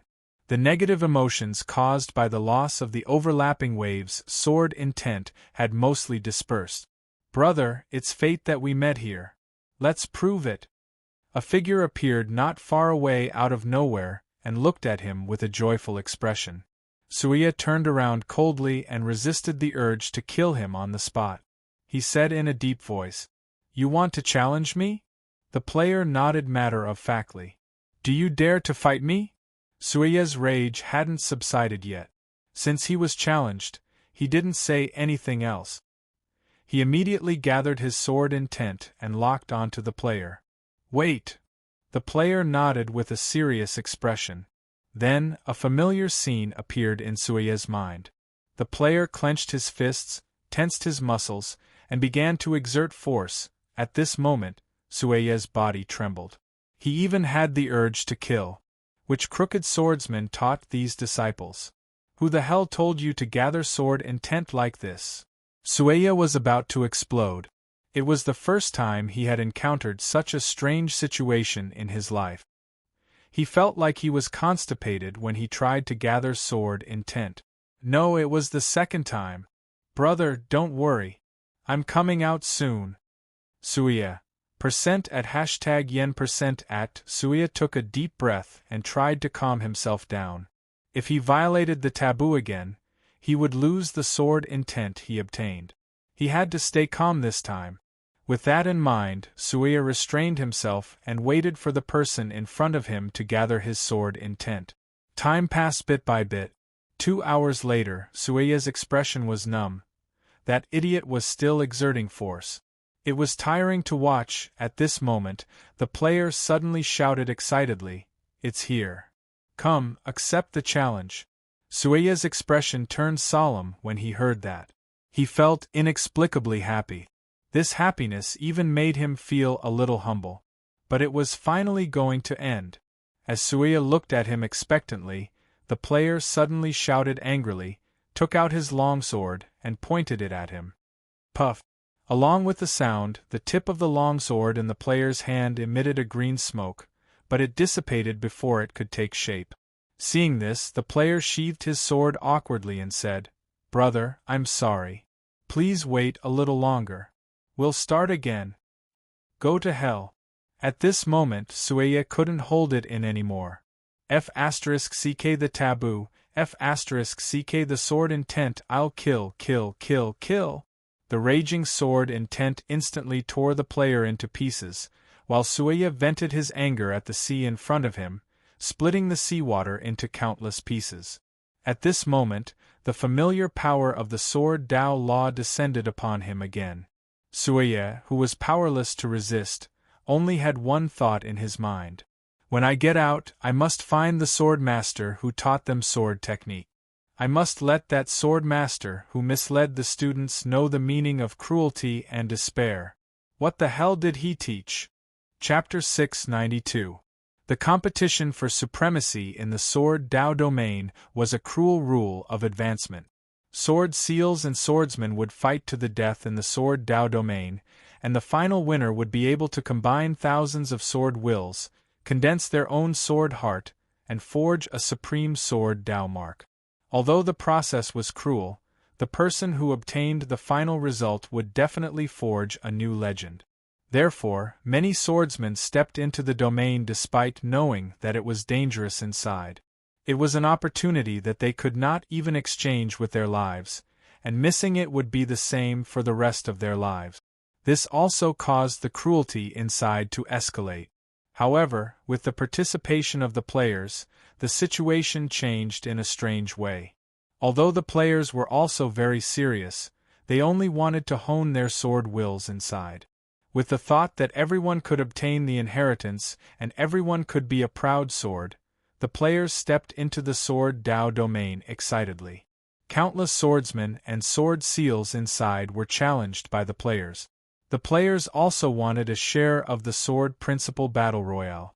Some of the players did activate their sword wills during the challenge. Although the sword wills were weak, it at least proved that the plan was feasible. This also caused more players to enter. After all, it was an inheritance, which was very precious in the eyes of the players. Even if it was incomplete, the players still desired it. However, it was also because of the participation of the players that a powerhouse who was determined to obtain the inheritance of the underworld sword Venerable exploded. What made Sueya even more desperate was that every time he obtained a precious sword Tao inheritance, there would always be a swordsman who would jump out and challenge him. Why didn't he know his own strength? Where did he get the courage to challenge me? Sueya was exhausted and did not want to talk. He tried a few times to wait patiently for the opponent to condense sword wills, thinking that it would be over as long as he held it in. The truth was, he could not bear it at all. There was once when he waited for a whole day, a whole 24 hours, but the player did not even fart in the end. Moreover, his sword heart pursued following one's heart, which was completely different from North Star One Blade and Proud Sword's sword heart. With such a sword heart, the sword would follow the heart, and enduring it over and over again would only mess up the sword heart. It could be said that the existence of the sword Tao domain and the players completely countered Sueya at the moment. Sui Yi could not bear the insult of his intelligence for too long. In the end, he could only follow his heart and attack. However, if he attacked, he would be punished by the law of the sword in the domain, and the rare sword will that he worked so hard to obtain would be taken away. It could be said that they had completely fallen into an endless loop. After encountering a couple of players, Sueya's mind exploded, and he had a guess. These swordsmen condensed their sword wills in exactly the same way. Did that mean that they all came from the same lineage? So, who was the mentor behind these retarded swordsmen? How could he teach such strange disciples? Who gave him the courage to teach disciples? Sui Yi couldn't figure it out, nor could he figure out the reason behind it. His mind was assaulted again and again. Of course, the players didn't know that. They thought they were practicing the orthodox way of condensing sword will. Ever since Mu Jyoga posted the strategy of condensing sword intent in the forum, the experts on the forum began to compile the existing information and published a detailed guide to condensing sword intent. The players relied on these guides to become self-taught. It could be said that these strategies were carved from the same mold. Although every player had a different understanding of the strategy, their understanding of the step of condensing sword intent was surprisingly consistent. Back then, Mujyoga's post mentioned that condensing sword intent required the concentration of spirit, chi, and spirit. That was the most difficult part of stopping the players from improving. Living in the age of chaos, the players had no idea how to concentrate spirit, chi, and spirit. Therefore, most players interpreted it as limitless concentration. That was how the method of holding one's breath and concentrating came about. Many players thought that such a ridiculous strategy was the truth. After a few players learned sword intent through this method by accident, the method went out of control. That was the key reason why the players that Sui Yi encountered would try so hard to condense their sword wills. It could be said that this was the method of condensing sword intent that the players created themselves, and it was the only one in the netherworld. Although the method was terrible, it did have some effect on concentrating spirit, chi, and spirit. But recently, the players found a new method of condensing sword intent, and most of the players who tried it succeeded. After the method was posted on the forum by a player, it quickly became popular. I tried the method that the guy gave me yesterday, and it really worked. Everyone, let's try it in the Kendo domain. Content. Yesterday, a guy posted that there was a bald swordsman in the Sword Dao domain who would passionately teach players how to condense sword intent. Back then, he was ridiculed by others. Now I've met him. With the mentality of giving it a try, I challenged him. But when I was about to condense sword intent, he persuaded me to give up. He then carefully taught me how to condense sword intent. His explanation was super detailed, and it was very useful. I quickly condensed sword intent according to his method. Therefore, the guy from yesterday wasn't bragging. Everyone, let's try it. Now, I suspect that this bald mentor is a hidden character that the stupid officials hid in the Kendo domain. Just like the mysterious merchant, you'll be lucky if you meet him. As long as you challenge him, the hidden quest, Sword Intent Comprehension Guide, will be activated. Finally, I attached a picture of the person. His features are obvious. He's carrying a greatsword, has a muscular body, and is bald. Attached picture. JPG. Finally, I attached the sword intent that I condensed. Green and blue sword intent, basic sword intent details, basic sword intent method. The color represents the inclination of emotions. The lethality is weak. The appearance of this post immediately attracted the attention of the players. Especially at the end of the post, there was a sword intent comprehended by the original poster, which was highly credible. Soon, such a piece of news spread in the forum. A bald man carrying a greatsword was a hidden NPC of the stupid officials. As long as you meet him in the Kendo domain and challenge him, he will carefully teach you how to condense your own sword intent. Finally, there was a small Easter egg. After you condense sword intent, the bald man will suddenly turn hostile and kill you. At least in the eyes of the players, this was undoubtedly an Easter egg. As soon as the news came out, a large number of players followed suit. They all wanted to find the hidden bald man in the Kendo domain, trigger the hidden teaching from the stupid officials, and receive swordsmanship guidance. When Lu Wu, who was behind the scenes, heard the news, he couldn't stop smiling. Sure enough, the players were all geniuses. What a King hidden character! The sword god of the Central Sea of the Netherworld was now reduced to a swordsmanship instructor. Lu Wu's scalp went numb at the player's antics. To this, he only wanted to say, "Keep up the good work. Let the sword god of the Netherworld Merchant Guild nurture a sword cultivator with potential. How wonderful!" South of the Jade Sea. The Kendo domain had been around for a month and a half, but it still hadn't disappeared. Instead, swordsmen and players kept pouring in to join the killing feast. At the same time, at the west of the Kendo domain, Sueya was instructing a player on how to condense his own sword intent. Looking at the dumbfounded player, Sueya resisted the urge to smash his head with his sword. This was because he had just obtained a powerful sword intent left behind by the Underworld Sword Lord, and he didn't want to lose it just like that. However, he couldn't refuse the player's challenge. Therefore, in order to get rid of these repulsive people as soon as possible, he could only patiently teach them. He hoped that they could comprehend sword intent as soon as possible so that he could kill them with one strike. Sui Ye's heart was filled with despair. He was one of the 8 sword envoys of the Netherworld Merchant Guild. Countless swordsmen came to him with treasures to ask for swords, but he didn't care about them at all.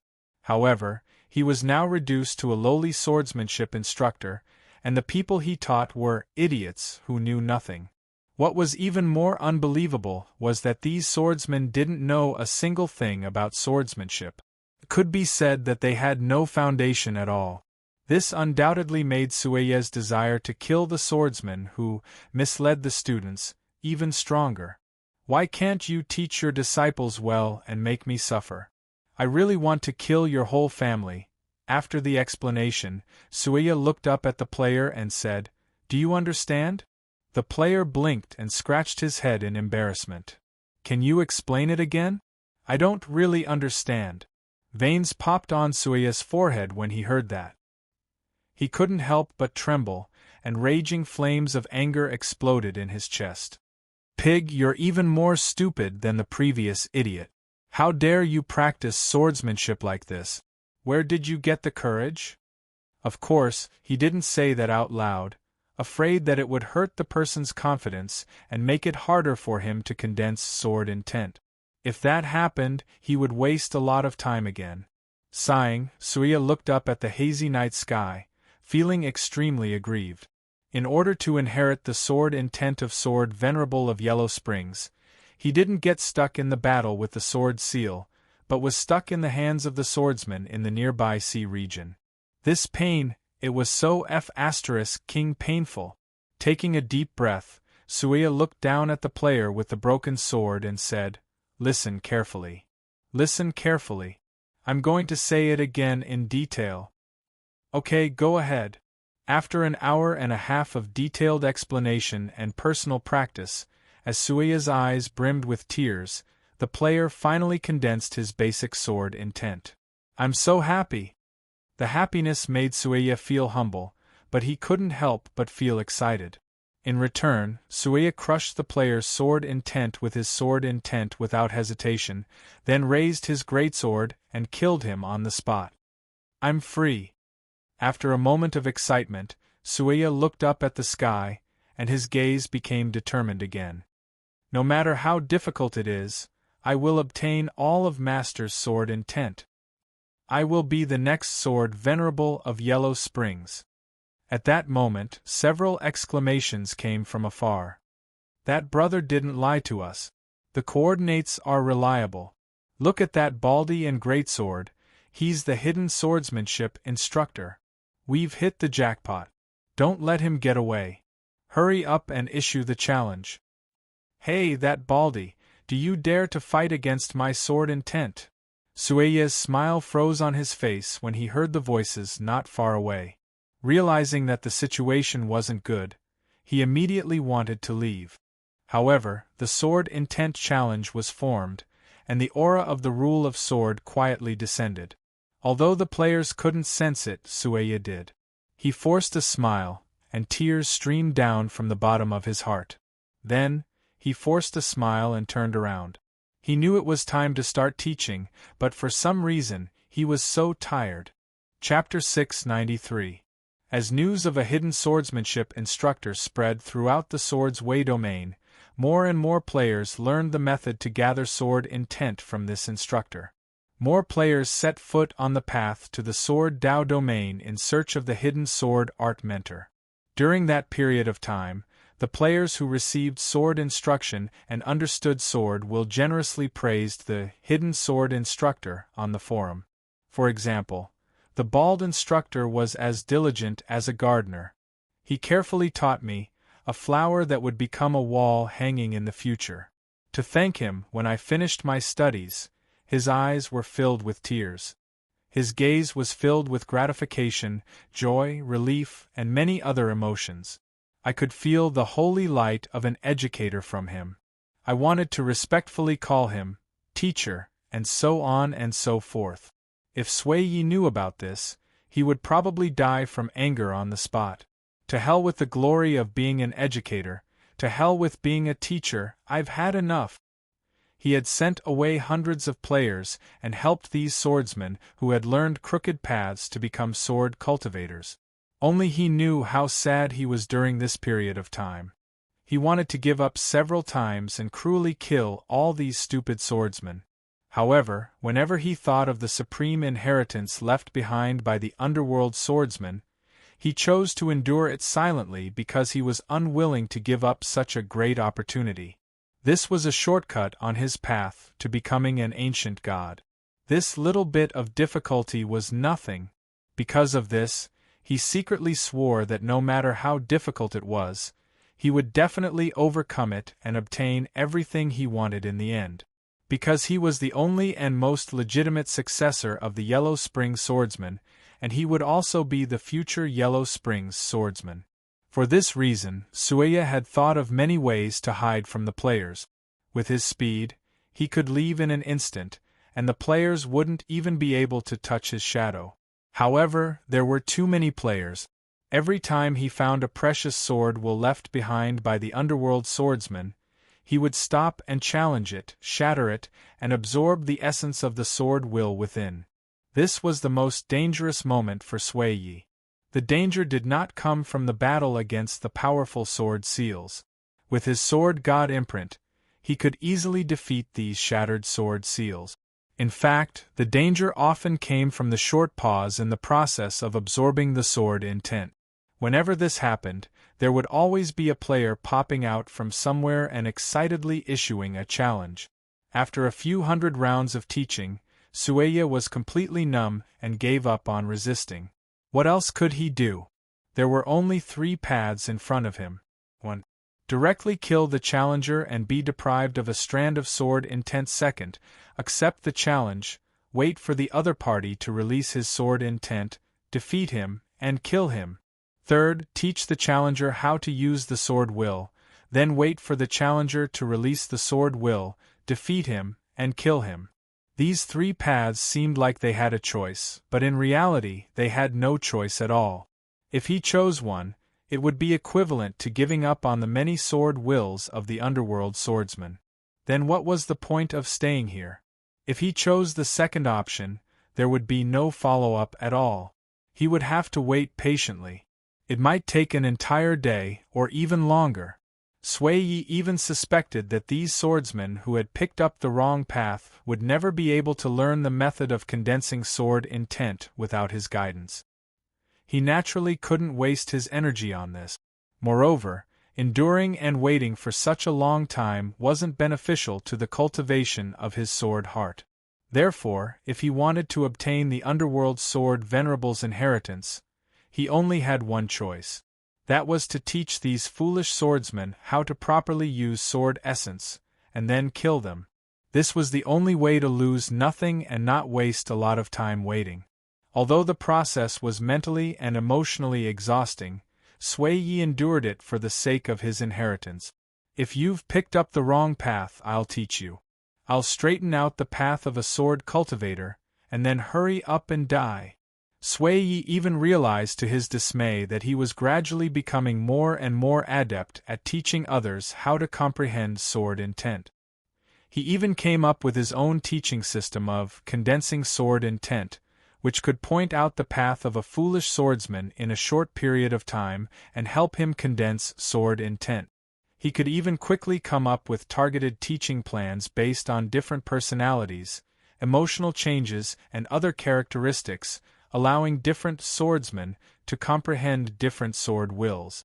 What Sueyi found even harder to accept was that he actually felt happy about it, because with these experiences, he could save a lot of time and spend it on comprehending the sword will left behind by the underworld swordsman. How lowly of a happiness! As one of the 8 sword envoys, he actually felt happy that he could save time teaching others to comprehend sword intent faster. What the hell, I don't want this lowly happiness at all. However, there were some things that could not be solved by resisting. After all, there was a huge number of players who were invading the field of swordsmanship from all angles. Although there were countless deaths and injuries, they could still meet Sui Yi in the thick fog if they were lucky. This was not something that Sui Yi could not meet even if he did not want to. As for the grievance and pain in Sui Yi's heart, the players had no idea. They only felt that the hidden character was really too strong. After searching the forum for a long time and finding a bunch of guides and teaching videos, they could not learn anything even after racking their brains for a few days. With just a few words, this bald instructor could help them understand the essence of it, and draw inferences about other things from one instance. Finally, their hearts were clear and they could condense their own sword will. To the players, this was much better than professional players like Mujioga. This was a true professional. If it was not for the end of the hidden plot after comprehending sword intent and triggering the final Easter egg, the bald instructor would have killed them on the spot. The players even had the urge to continue listening to him so that they could go further on the path of a sword cultivator. After all, knowledge from the outside world had to be paid. This was something that the battle players knew very well. Apart from the internal library of the Mansion of the Dead, which was free, any knowledge from the outside world had to be purchased with soul coins. For example, every knowledge accumulation and improvement in life professions was gained through countless practices. Putting it into practice required a lot of soul coins. Another example would be the Illusion Fish Clan's stealth technique, Tonggua's smithing technique, and so on. If specialized guidance was required, these would also need to be purchased with soul coins. Only in the field of swordsmanship could the bald instructor provide free and enthusiastic guidance. It was impossible to find someone like him in any other place. Therefore, the players cherished this opportunity very much and did not want to miss the opportunity to learn. Apart from the warrior players, some mages and assassins also joined the craze of cultivating sword will. They all sailed to the field of swordsmanship in search of the bald instructor. According to what they said, why couldn't mages learn sword will? If I learned sword will, I would be able to use my sword to fight against others in close combat. I could even pretend to be a pig to eat a tiger and counterattack. Wouldn't that be great? The assassin players had the same thought. They felt that why the warrior players could learn it but they couldn't. Flying on a sword like Aojian was also their dream. What was worse was that the healer players thought so too. Why couldn't the healer attack? Usually, when there was a battle, the opponent would kill the healer players first. Why couldn't they have the ability to protect themselves? Therefore, the number of students who wanted to learn sword will was still increasing. Suya's moment of despair was far from over. During this period, Aojian's sword will was also getting stronger day by day. The sword will supported by passion had the characteristic of not being worn down. It seemed weak, but it was almost invincible in this field of swordsmanship. Not only did each failure not weaken Aojian's sword will, it would also strengthen as Aojian comprehended new sword will. For almost 2 months, Aojian did not go offline even once. Relying on the support of the nutrient solution, he continuously challenged and was challenged in the field of swordsmanship. Perhaps to other swordsmen, this place was extremely dangerous, and one wrong step could cost them their lives. However, to Aojian, this place was more like a library. Every sword will had its own story, and at this moment, he seemed to be wandering in this sea of books, enriching his experience and knowledge. After reading over and over again, he comprehended many exquisite sword wills left by the underworld swordsmen. Until now, he had encountered a total of 168 sword wills, and he had comprehended all of them. As a result, his heart of the sword had become extremely firm, and his sword will had recovered to the stage when he first cultivated Relentless Sword. After abandoning Relentless Sword, Aojian thought that his sword will would progress slowly by relying on passion alone, and perhaps it would be a long time before he could return to his peak again.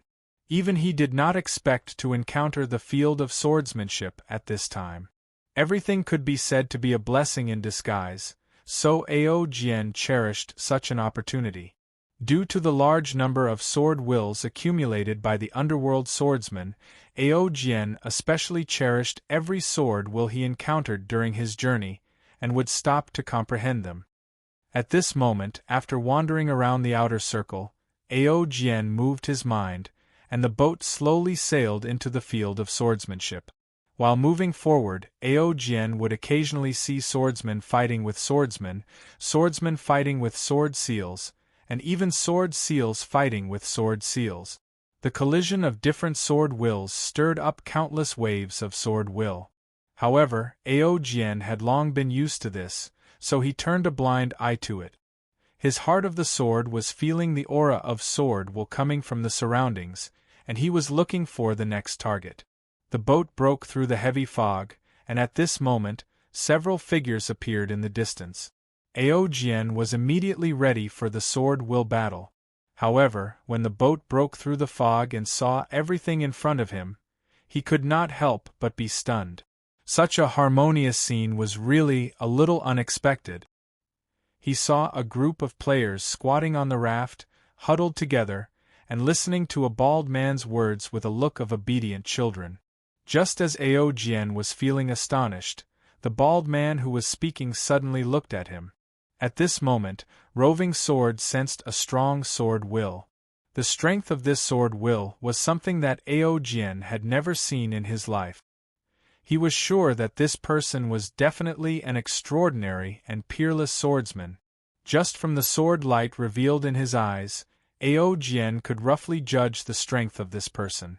It was not something that he could contend with, and even 10 of him would not be enough.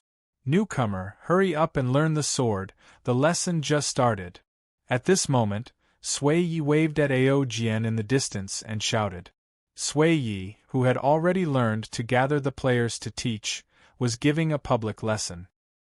He said this with a smile on his face, as if he wanted to show that he was very kind. Hearing this, Aojian was confused. Did something happen? Chapter 694. Looking at the players who were sitting in rows on the raft, Aojian was astonished. Along the way in the field of sword Dao, he encountered cruel scenes of mutual attacks, so he was really surprised to see such a harmonious scene at this moment. Especially when he noticed that the players were looking at the man with the giant sword with curiosity in their eyes. He felt that the scene did not match the environment he was in. What are you waiting for? Hurry up and come to class. Sui Yi was displeased. He was thinking of finishing the class as soon as possible so that he could continue to comprehend the sword Dao. He didn't want to waste any more precious time here. Aojian was stunned. After some thought, he steered the small boat closer to the raft to see what they were up to. The players on the raft were also astonished when they saw that it was Aojian. Almost all the players on the original server knew about Aojian. After all, he was one of the most famous members of the cheat group. His battle videos were included in the top teaching strategies in the battle skills category. He was recognized as a top-notch powerhouse by the players. Therefore, everyone subconsciously made way for him when they saw Aojian. At this moment, Roving Sword leaped up from the water and landed on the raft. He stood in a corner and did not choose to squeeze with the players. Seeing that, Sui Yi nodded in satisfaction. He looked at the players who were looking up at him and said solemnly, "All right, let's continue with the detailed explanation of the sword Dao. All right, let's continue with the detailed explanation of swordsmanship. I hope that everyone can listen carefully. If there's anything you don't understand, feel free to ask me. I will answer them in detail." Seeing that everyone was ready, Sui Yi continued his lecture on the sword Dao. Sui Yi was already familiar with the knowledge, and could infer many things from one instance. He would even subconsciously ask the players if they understood during the lecture. Sometimes, he would repeat the key points twice to ensure the quality of the lecture. He would even pick a few players to answer his questions to ensure that they really understood and were not just brushing him off. In order to save time, Sui Yi could be said to have mastered the essence of the teacher's lecture. Moreover, Sui Ye's resentful gaze when he met stupid students almost made some of the players suspect that they were back in school again. They were even a little nervous. The difference was that Sui Ye seemed to be more enthusiastic than the teachers and always cared if the players had learned it or not. Also, Sui Ye didn't know her teacher's trump card, call your parents over tomorrow, so Sui Ye would feel that he was very kind when they got along. The players were very touched by the bald teacher who was trying his best. Suiya was even more touched by the increasing number of students. He almost cried. The class soon ended. As Suiya smiled in relief, the players gathered a weak sword will one after another. As for the students who still didn't understand, Sui Yi began to teach them individually, striving to make sure that all of them could pass and condense their graduation certificate, sword will. When all 38 of them had condensed their sword will, Sui Yi looked at the last person, Ao Jian. Where's your sword intent? Haven't you learned it yet? Did you pay attention to my lecture just now? Even if you're stupid, why didn't you ask questions during the Q&A session just now?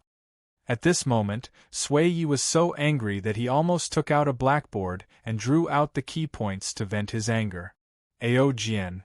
As a matter of fact, he listened very attentively when Sui Yi was teaching. Although Sui Yi was talking about the basic knowledge of sword cultivation, there were still many differences between what Ao Jian had learned and what he had learned. What shocked Ao Jian the most was that the content of Sui Ye's lecture was all about the key points of the method of condensing sword will. There were no lengthy lectures or other irrelevant knowledge points. It could be said that the content was refined to the extreme. Ao Jian admitted that he couldn't do that. After the lecture, Ao Jian also felt that he had benefited a lot, and many of his thoughts became clear. This caused him to think even more highly of Sui Ye's attainments in the Sword Dao. Sui Ye was absolutely a grandmaster in the Sword Dao, just as he'd thought. Are you listening to me? Ao Jian raised his head after his thoughts were interrupted. He looked at Sui Ye's disappointed eyes and decided to condense his sword will after some thought. In an instant, the new sword will that was integrated with nearly 200 sword wills was filled with the aura of many sword mysteries.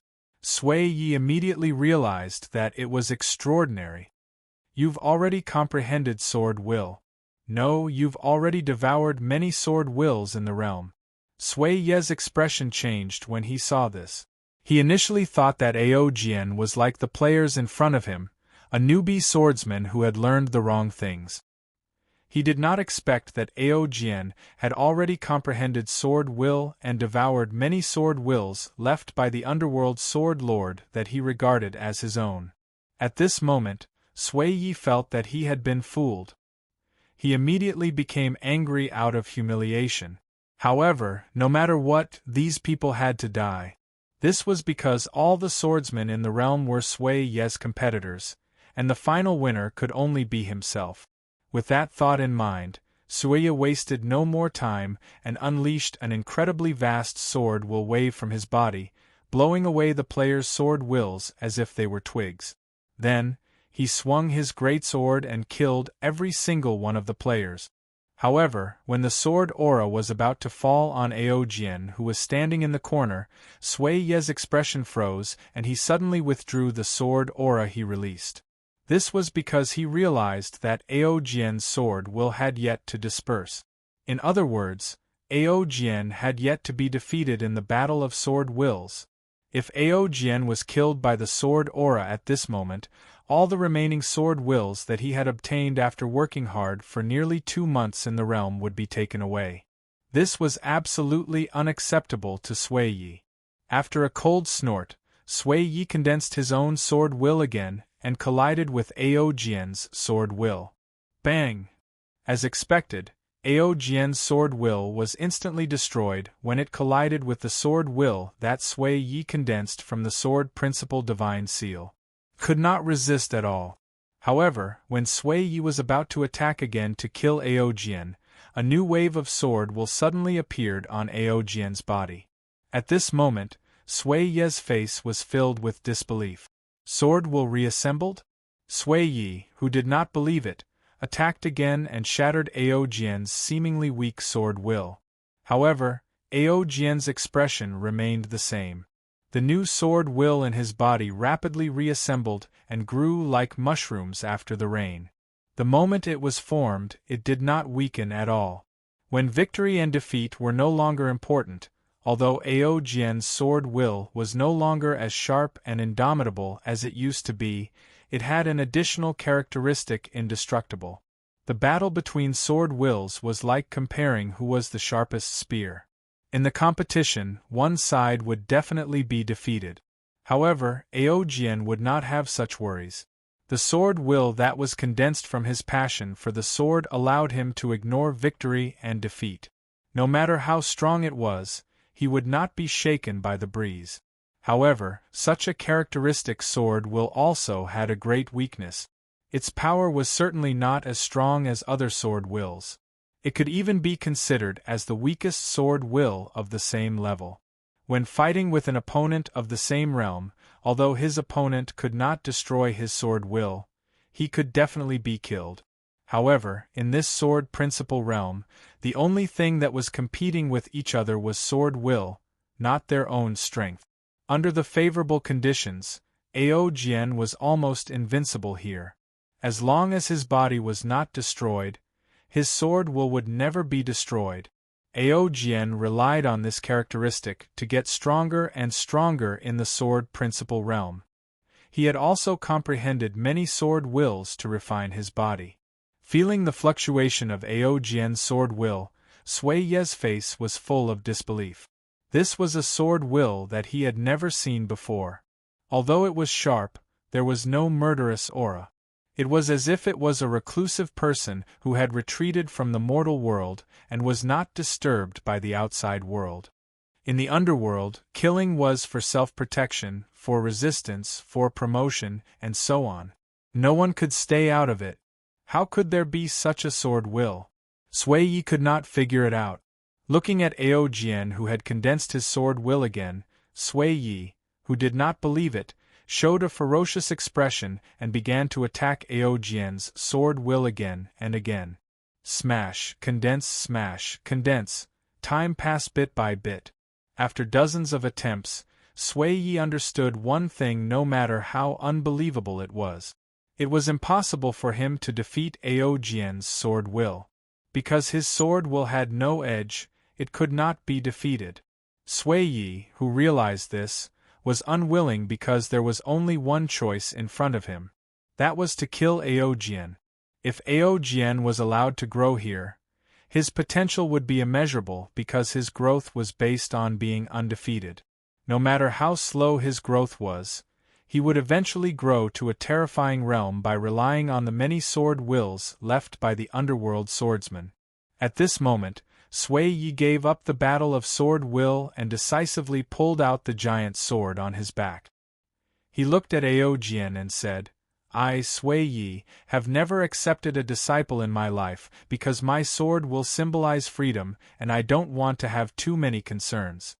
However, you are the only one who made me cherish talent. You are a person who truly loves swords. Apart from you, all the swordsmen I have met have their own pursuits and goals. None of them have such a pure love for swords like you. I want to take you as my sword disciple." After pausing for a while, Sui Yi continued to say, "But it's a pity that we met here. You're blocking my way forward." At this point, Sui Yi suddenly waved his hand and a violent sword aura swept forward, shredding Ao Jian's body. After retrieving the giant sword, Sui Yi immediately felt a vast power of the sword principle descending upon him. It invaded the sword principle divine seal and began to deprive him of all the sword wills left by the underworld swordsmen because he had violated the rules of the battle of sword wills. Sui Ye's eyes were cold. He already knew the result the moment he made the decision. However, he did not regret his choice because Ao Jian had to be eliminated. Otherwise, this person would be the biggest obstacle and competitor for him to obtain the inheritance of the underworld swordsman. When all the sword wills that he had painstakingly refined dissipated, Sui Yi could not help but sigh with a hint of regret in his eyes. However, he did not know whether the regret was due to Ao Jian's death or the dissipation of the condensed sword wills, or both. 3 hours later, in the mansion of the dead, Ao Jian's figure appeared in the resurrection area. When everything around him became clear, Ao Jian had a smile on his face. In reality, he did not have the intention to compete with Sui Yi for the inheritance. He only wanted to explore the endless mystery of sword wills. To him, the sword principle domain was like the library of the sword principle. It contained a lot of knowledge that he desired. It was very attractive to him, and he would not give it up. After trying to contact Mo Lanlan and Mo Xiaoxin, Ao Jian felt helpless when he still did not get a reply. He then walked toward the direction of the city gate and once again set foot on the path to the sword principle domain. Chapter 695. After killing Ao Jian, Sui Yi continued to explore the sword Dao domain, searching for and absorbing the sword will left behind by the underworld sword Venerable. Along the way, his sword intent became stronger and stronger, and its sharpness was threatening. At this moment, Sui Yi could release sword aura with just his gaze. His entire body was filled with a terrifying sharpness. However, whenever he encountered other players, Sui Yi's cold aura would be instantly shattered, and he could only be a teacher obediently.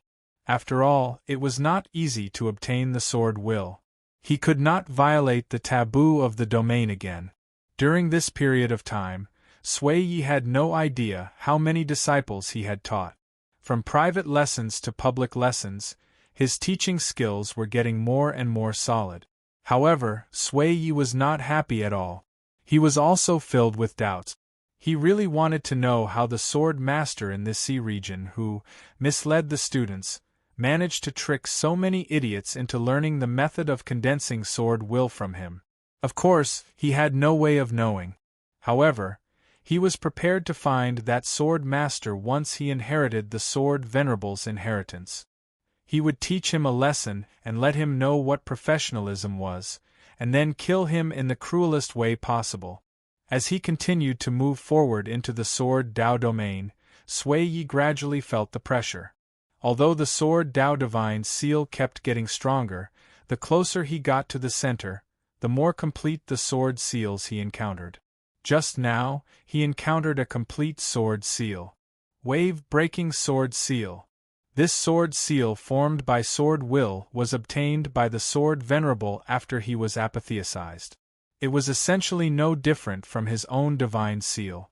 Although the sword venerable was no longer controlling it, the explosive power of this sword seal still made it difficult for Sui Yi to deal with. As the sword wills clashed, they were even for a short period of time. Fortunately, he won in the end. He shattered the sword seal, absorbed it, and converted it. However, Sui Yi dared not be careless after this encounter. Because the sword venerable's sword will was far more than that. Thinking of the sword venerable's 3 most powerful techniques and the sea god sword that he finally learned from the sword Dao law, Sui Yi knew that he had to improve his strength here as soon as possible.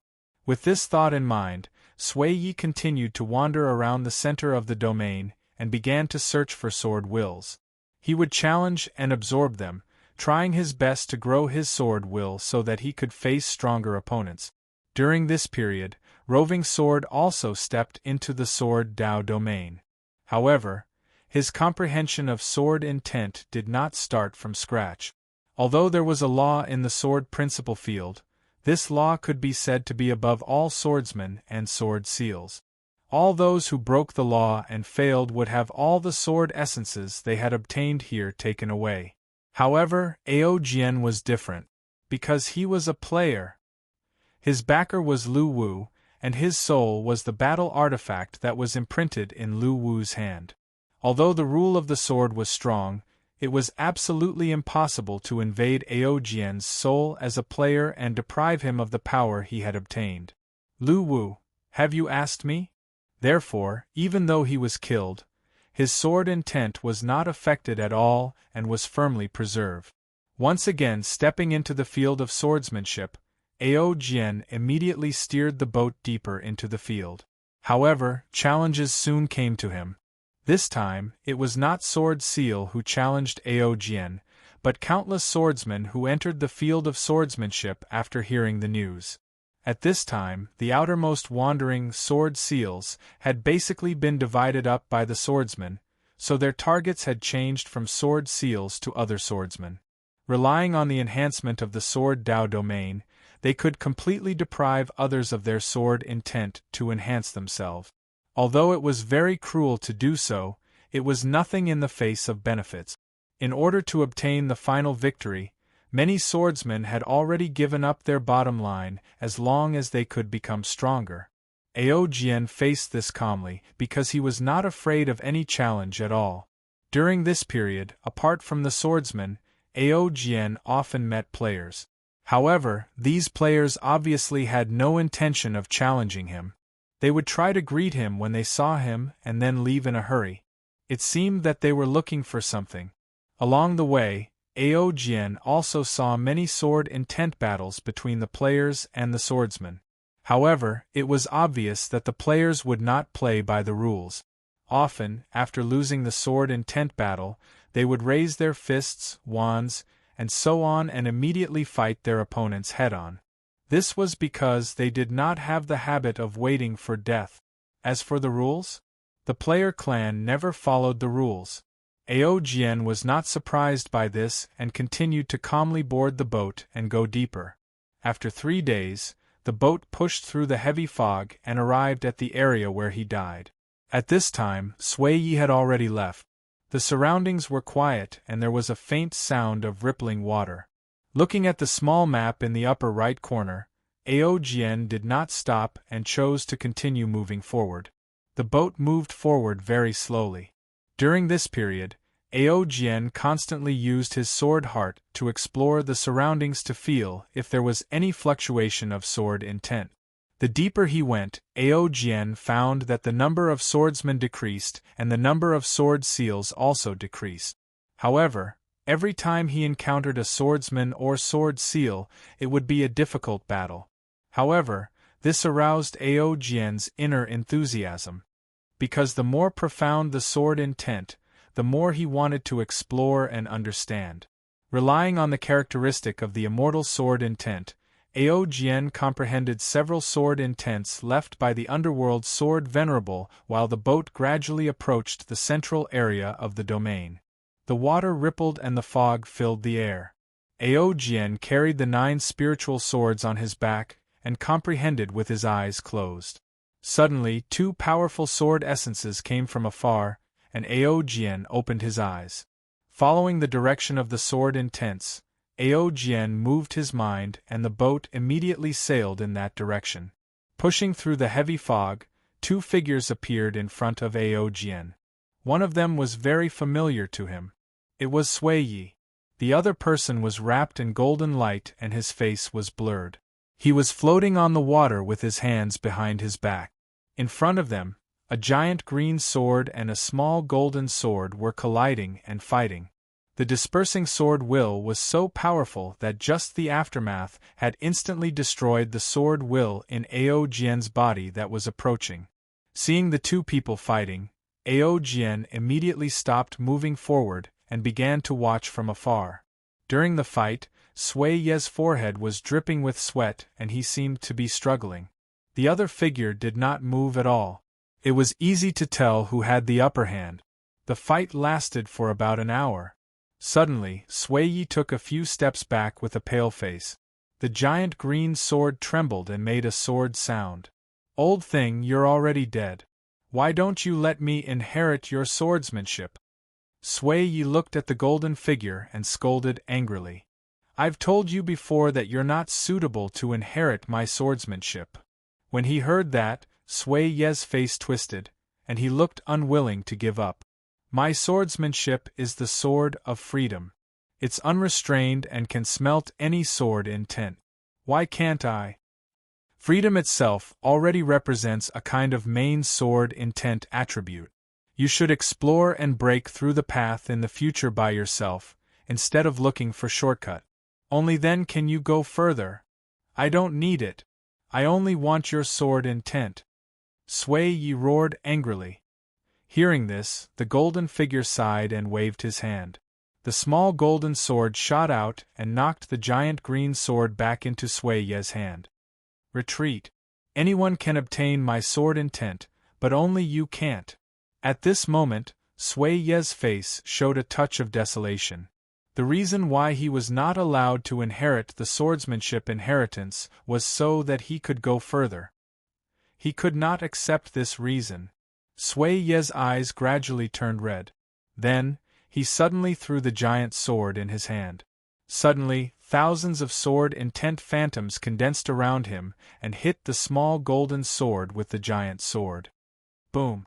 The powerful sword intent fluctuations caused the sea to surge. Ao Jian, who was far away, was also affected. The sword intent that was formed was instantly erased. Since you don't want to give it to me, I'll take it from you. I couldn't do anything to you when you were alive, but now I'm the one in charge. Boom! Accompanied by Sui Yi's roar, a giant green sword cut through the barrier of the swordsmanship domain and descended from the sky, piercing the golden figure. So powerful! Feeling the sword intent aura, Ao Jian was horrified. Old thing, die for me! The giant sword collided with the golden figure.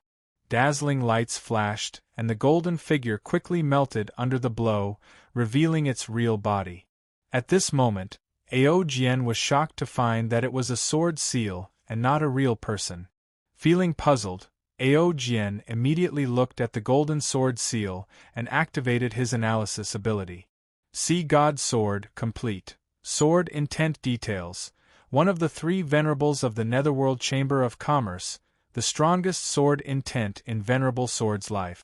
After breaking through to the ancient god realm, Venerable Sword once stepped into the Central Sea territory near the 6 paths of reincarnation to comprehend a sword intent that matched his realm. He cultivated in seclusion for 5,000 years, integrated all the sword intents of the sea attribute, and created his own sword intent, Sea God Sword. Sword intent level. Rule sword intent. When the Sea God Sword seal collided with the giant sword condensed by Sui Yi, countless golden lights flashed. The golden sword intent continued to solidify and pushed back the giant sword bit by bit. Boom! The giant sword could not withstand the impact, and cracks appeared on its surface. However, Sui Yi still clenched his teeth and persevered. Even though he knew the consequences of failure would be a setback to his sword intent, he still wanted to win, and he had to win. Because this was a shortcut. As long as he succeeded, he would be the next venerable sword of the Acheron Chamber of Commerce. This was the peak that he longed for the most, and it was also the peak that he had been pursuing all his life. Stop, if you continue, your sword intent will shatter. At this moment, a voice came from beside him, causing Sui Yi's heart to tremble. He immediately turned around and was shocked to find that this person was the swordsman that he had killed some time ago. Wasn't he dead? Sui Yi's mind was in a mess, and the giant sword condensed by his sword intent was pushed back by the golden sword seal. The giant sword that was covered with cracks flew back to Sui Yi, and was then absorbed into his body. Sui Yi then turned around to look at Ao Jian and said coldly, "You're not dead?" Ao Jian nodded, "Not dead. Why are you stopping me now? Even an outsider like me can see that if you continue, you'll definitely lose, and your sword intent will definitely be affected. I don't know why you're persevering in a battle of sword intent where you're bound to lose, but I can see that you know the owner of this sword seal, so you seem to be taking a gamble, betting that the owner will choose to compromise." Sui Yi's heart skipped a beat, and his face was filled with disbelief. Because what Ao Jian said was exactly what he was thinking.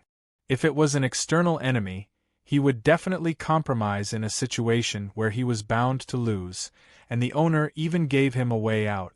The reason why he was so persistent this time was that he was gambling that the sword seal that still had the consciousness of the venerable sword would compromise. "Give up, I can feel the emotions in this sword seal. Even if you have a close relationship with the owner of this sword seal, this sword seal isn't the real body after all, and the consciousness left by the owner is only a part of it. It's not as simple as you think. If you lose the gamble, you'll be destroying yourself. Hearing this, Sui Ye's expression was complicated, and his eyes were filled with uncertainty. He subconsciously turned his head to look at the sword seal. At this moment, the sword seal had once again turned into a blurry golden figure. It looked familiar, but lacked a lot of meaning. How can you feel the emotions in the sword seal? How did you do it? Sui Ye turned his head to look at Aojian and asked. The repeated failures in this area allowed me to understand every sword seal more thoroughly. Just like that, I gradually comprehended this ability through the contact with the sword seal. Aojian answered without hiding anything. Chapter 696. Sui Ye was shocked by Aojian's words. If what Aojian said was true, it meant that he could comprehend the sword essence that Sui Ye had yet to comprehend. That was incredible to Sui Ye. He also absorbed the underworld sword Venerable's sword essence in the sword principle field, but he defeated it, then absorbed and digested it. Although it was simple and crude, it was also very effective. However, Aojian, who relied on repeated failures to understand the sword essence in the sword seal and then comprehend the essence, had already surpassed him in terms of realm and level. Sui Ye thought that he was talented and he could do it too. However, it required a lot of time and experience, and he could not do it as easily as Aojian. So at this moment, Sui Ye looked at Aojian differently. Reading the sword seal and comprehending the essence of the sword essence, could it be that he could fit with any sword essence? Then how did he forge his sword heart? Sui Ye was full of doubts and found the key to the problem. From Sui Ye's point of view, it had nothing to do with the talent of sword essence, but the sword heart. A swordsman's sword heart was the foundation, the sword essence was the power condensed by the sword heart, and the sword chi was the materialization of the released power. The sword heart affected the attribute of the sword essence, and the sword essence affected the power of the sword chi. They were closely related. Since Aojian could fit with any sword essence, he must have a sword heart that could bear the sword essence of any attribute. Just when Sui Ye was puzzled, Aojian suddenly looked at Sui Ye and said, "Do you want me to try?" Sui Ye naturally knew what Aojian meant by try. Absolutely impossible. He immediately opened his mouth and chose to refuse. He even had the urge to kill Aojian with his sword again. Such a hidden danger would always be a threat if it was not removed. However, Sui Ye knew that he could not do that now, because he could not defeat the sea god's sword seal. If he killed Aojian here, he would be deprived of a large amount of hard-earned sword essence.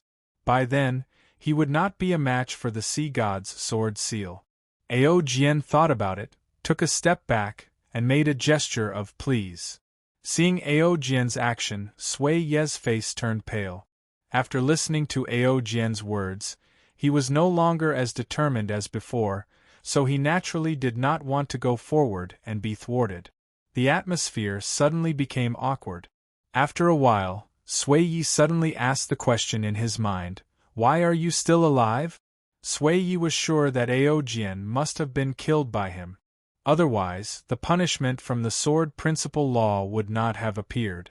Although the indestructible sword will shocked him, he could barely accept it. However, the resurrection of the dead was very strange, and he couldn't think of any reason for it. "You want to learn? I'll teach you." Aoran smiled. "You?" Sui Ye raised his giant sword in anger, but then put it down again, choosing to endure it. Thinking about how he had told Aojian that he wanted to take him as a sword disciple, Sui Ye felt that Aojian's words were extremely ironic. "Actually, even if you don't let me try, I still have to try. I'm looking forward to the sword essence of the rule." Aojian looked at the sword master mockingly and then walked towards the sea god's sword seal. Seeing this, Sui Ye suddenly raised the giant sword in his hand and pointed it at Aojian. This was his inheritance. All competitors who wanted it had to die.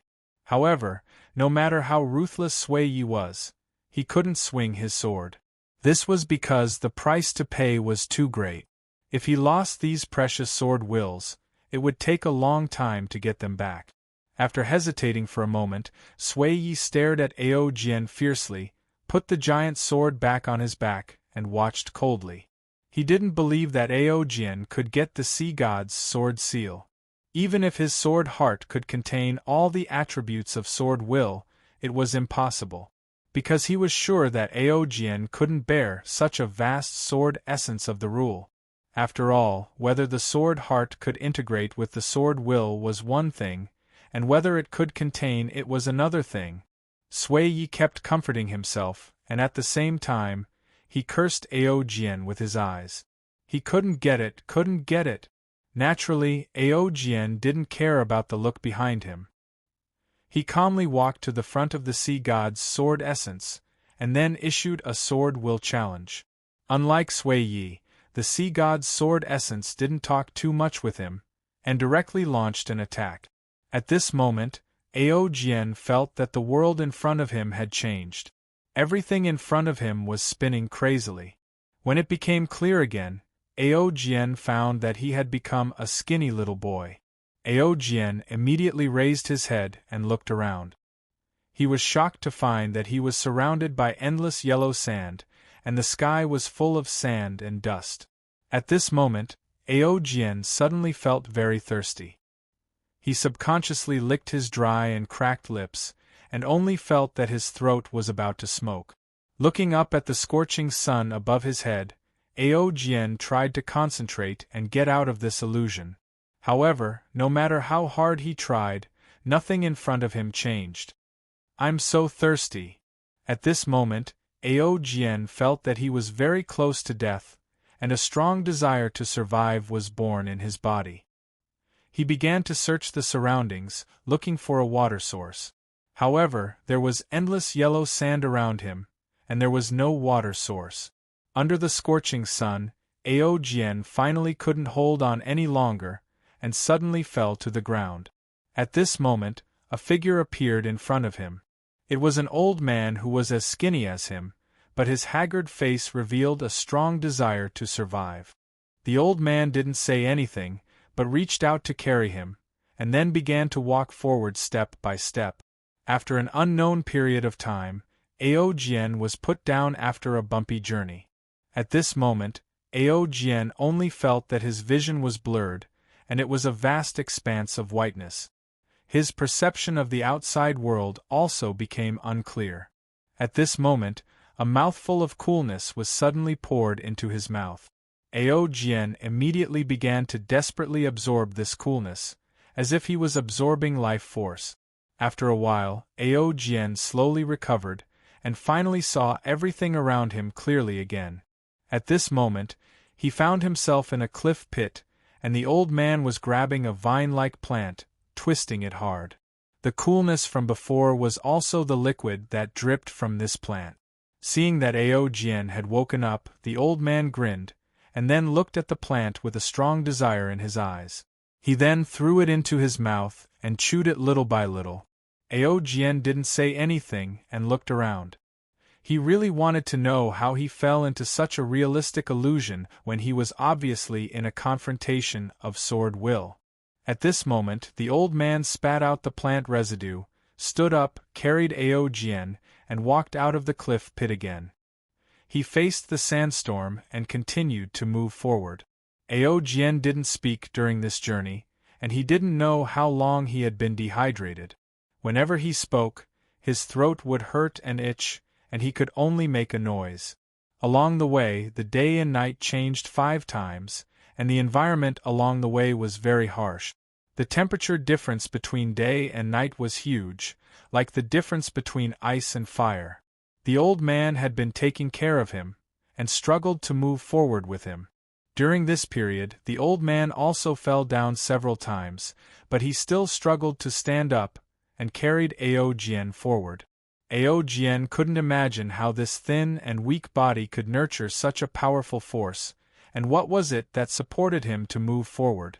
Moreover, Aojian found that his body seemed to be different from a human's, and it would adjust according to the environment. If it was a human body, he suspected that he would have died long ago. On the 18th day, after enduring the extremely cold night, the sky was dimly lit, and the temperature was getting warmer. The old man carried Aojian again, and continued this journey that seemed to have no end. However, halfway through the day, the old man suddenly fell down again. Aojian silently watched the old man, waiting for him to stubbornly get up again. However, this time, the old man didn't get up again. Instead, he raised his head and said in an extremely hoarse and harsh voice, "Ah, moo ahead, see." At this moment, the old man's dim eyes burst out with indescribable desire and expectation. See? Aojian's heart trembled. At this moment, he knew what the old man's purpose was. Was he looking for the sea? The old man slowly stretched out his hands, trembling as he grabbed the air in front of him. See. Amu. See. Aojian couldn't bear it and stood up tremblingly. He wanted to help the old man up and move forward. At this moment the old man's arms hung down weakly, but before he died, there was still an infinite desire for the sea left in his eyes. Looking at the old man whose eyes were full of hope, Aojian was silent, and he didn't feel good. At this moment, the scene in front of Aojian suddenly changed rapidly. In the blink of an eye, he found that he had become a 13 or 14-year-old teenager, and his body was no longer shriveled, although he still looked very thin. Everything that happened just now was like a dream. Thinking of this, Aojian immediately looked around and was surprised to find that he was on an island. In the distance there was a golden beach, a turquoise sea, and the rustling sound of the waves hitting the reef. Everything seemed so beautiful. However, before Aojian could react, a figure suddenly appeared beside him, and then a whip was lashed on his body. Slacking off again, hurry up and get to work. Aojian felt a burning pain on his back after being whipped. He immediately wanted to take action, but before he could stand up completely, he was kicked to the ground. Subsequently, the whip lashed down continuously, and Aojian's skin and flesh were lacerated, dripping with blood. The attack was extremely heavy. In the end, Aojian fainted. After an unknown period of time, when Aojian woke up, he found himself in a dark cave, and the clanking sound of metal hitting stones could be heard continuously. He immediately struggled to get up and began to observe his surroundings.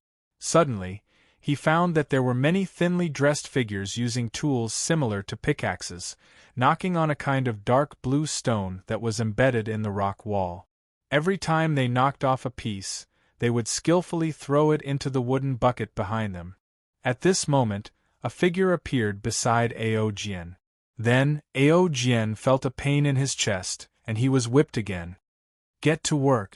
The familiar voice belonged to the person who whipped him until he fainted. Naturally, Aojian was unwilling to give in. He glared at that person, and just as he expected, the whip lashed again, and he fainted again. When he woke up again, Aojian found himself still in the dark mineshaft, and the supervisor with the whip in his hand was still there.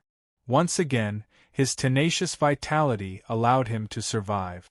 When he woke up this time, Aojian realized that he was very eager to live. This feeling did not come from his heart, but from the feedback of his body. It was just like in the previous illusion, when he was absorbing the cool liquid that dripped from the plants and he was extremely eager.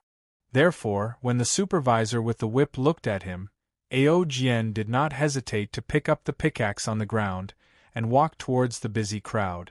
This time, the work lasted for a few months, and during this period, Aojian had thought of going offline.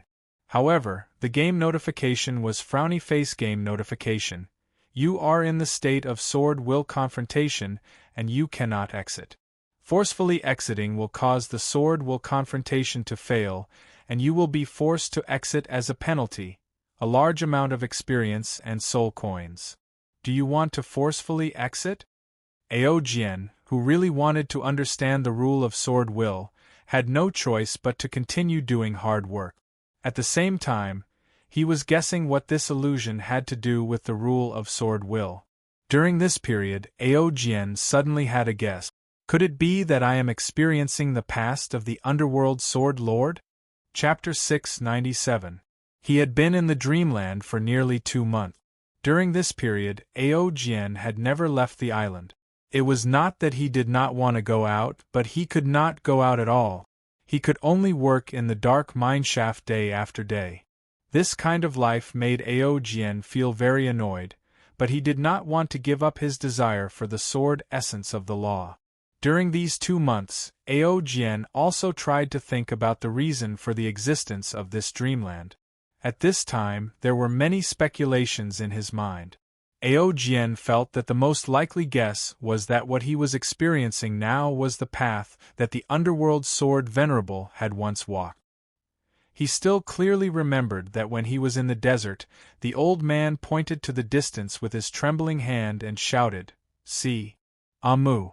See, Aojian's analysis was that the old man wanted to take him to find the sea. However, in the end, the old man was exhausted and could no longer hold on. Although there was a longing for the sea in his eyes, he was eventually buried in the yellow sand. Thinking of his current appearance of 13 or 14 years old, it was obvious that he had grown up compared to before.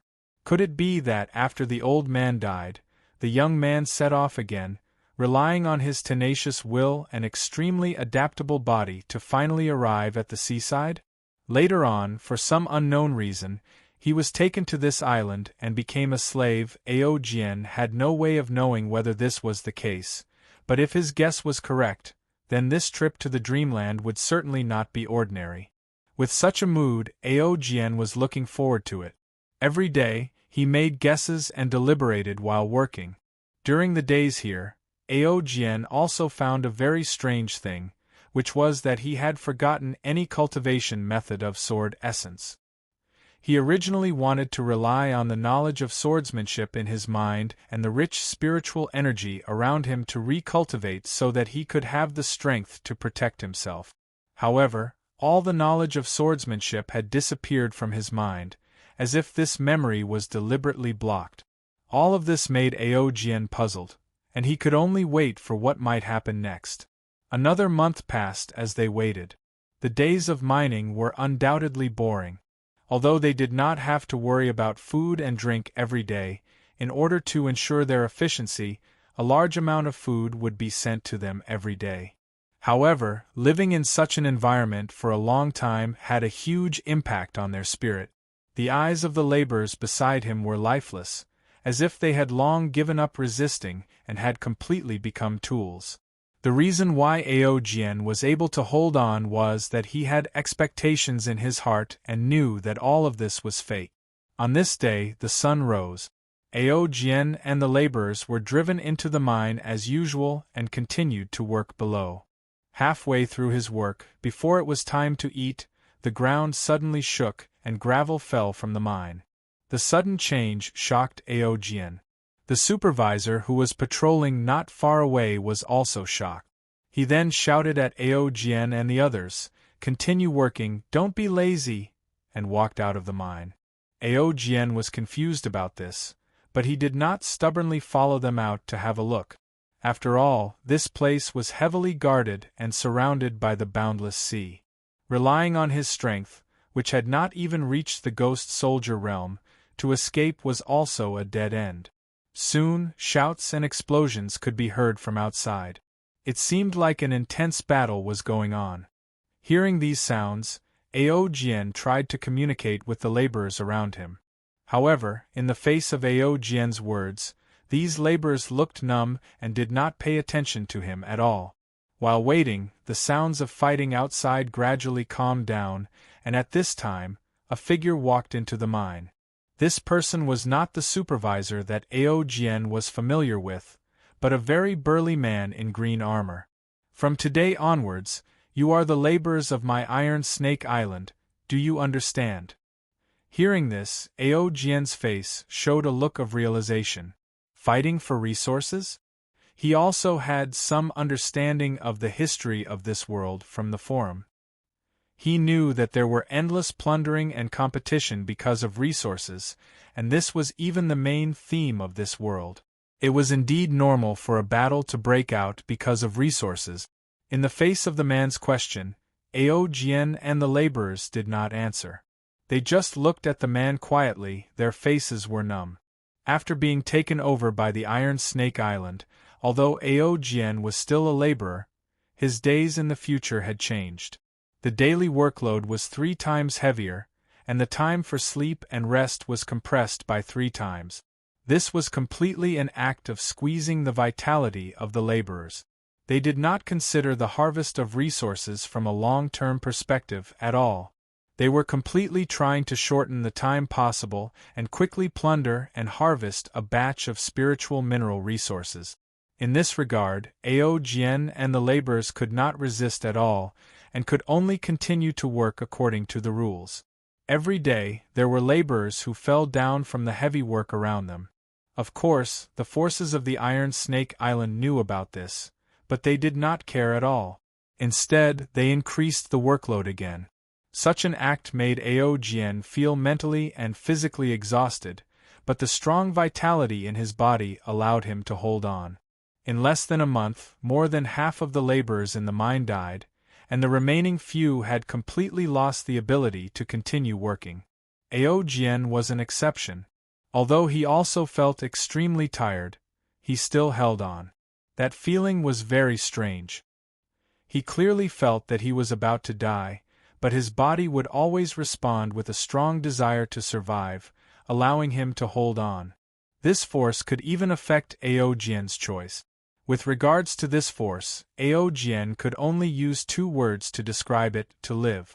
Just like in the desert previously, the strong desire to survive made him subconsciously make the decision to live. After the death of most of the laborers, the Iron Snake Island did not replenish the number of new laborers. Instead, they gathered the remaining laborers one day, and the man in green armor appeared in front of them again. At this time, there were less than 10 laborers left. Among them, 9 had collapsed from the heavy work and completely lost consciousness. Only Aojian was still conscious. In fact, Aojian also wanted to pretend to be the same as these 9 people, and did not want to appear too different. However, he could not pretend at all. After being tested, he still gave himself away. However, what surprised Aojian was that what greeted him was not a severe punishment, but a question from the man in green armor: "Kid, you're not bad. Do you want to follow me?" As the man spoke, he reached out and rubbed Aojian's head with a smile on his face. Aojian was speechless. He wanted to refuse, but the words that came out of his mouth were timid. "I want to live, I want to see the sea." "Ha ha ha, then follow me." Just like that, Aojian followed the man and left the island where he had lived for a few months. As for the resource island, the man obviously did not want to occupy it for a long time. Instead, he decisively abandoned it. Those laborers who had lost their abilities were also abandoned on the island. After getting along for a month, Aojian knew that the man's name was Iron Snake. He had formed a sea-plundering force and wandered around the nearby sea.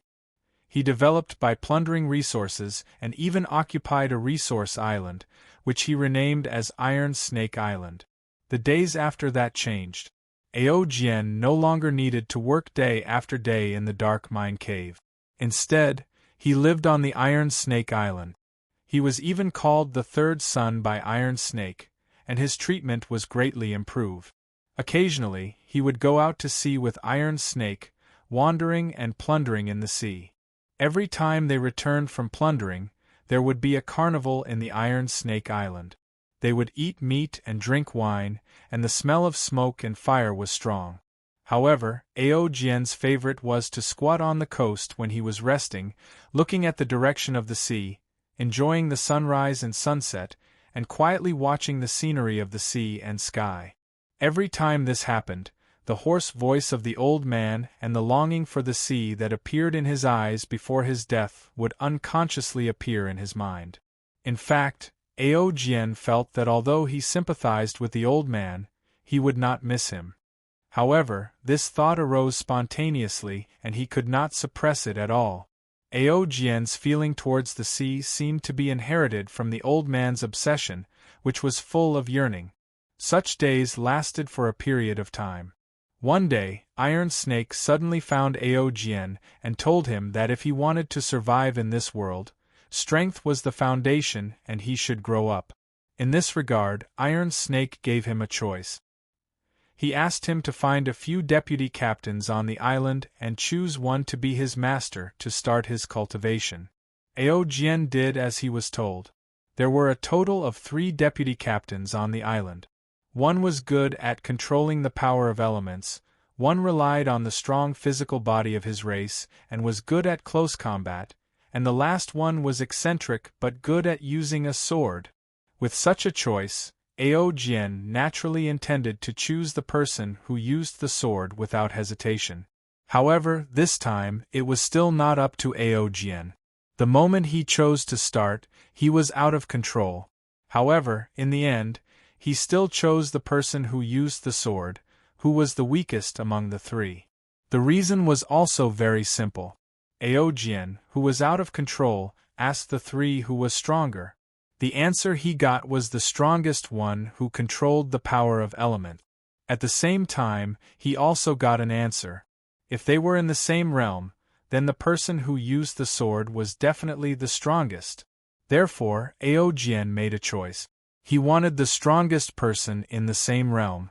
This choice made Ao even more certain that this was the path that the underworld sword master had taken.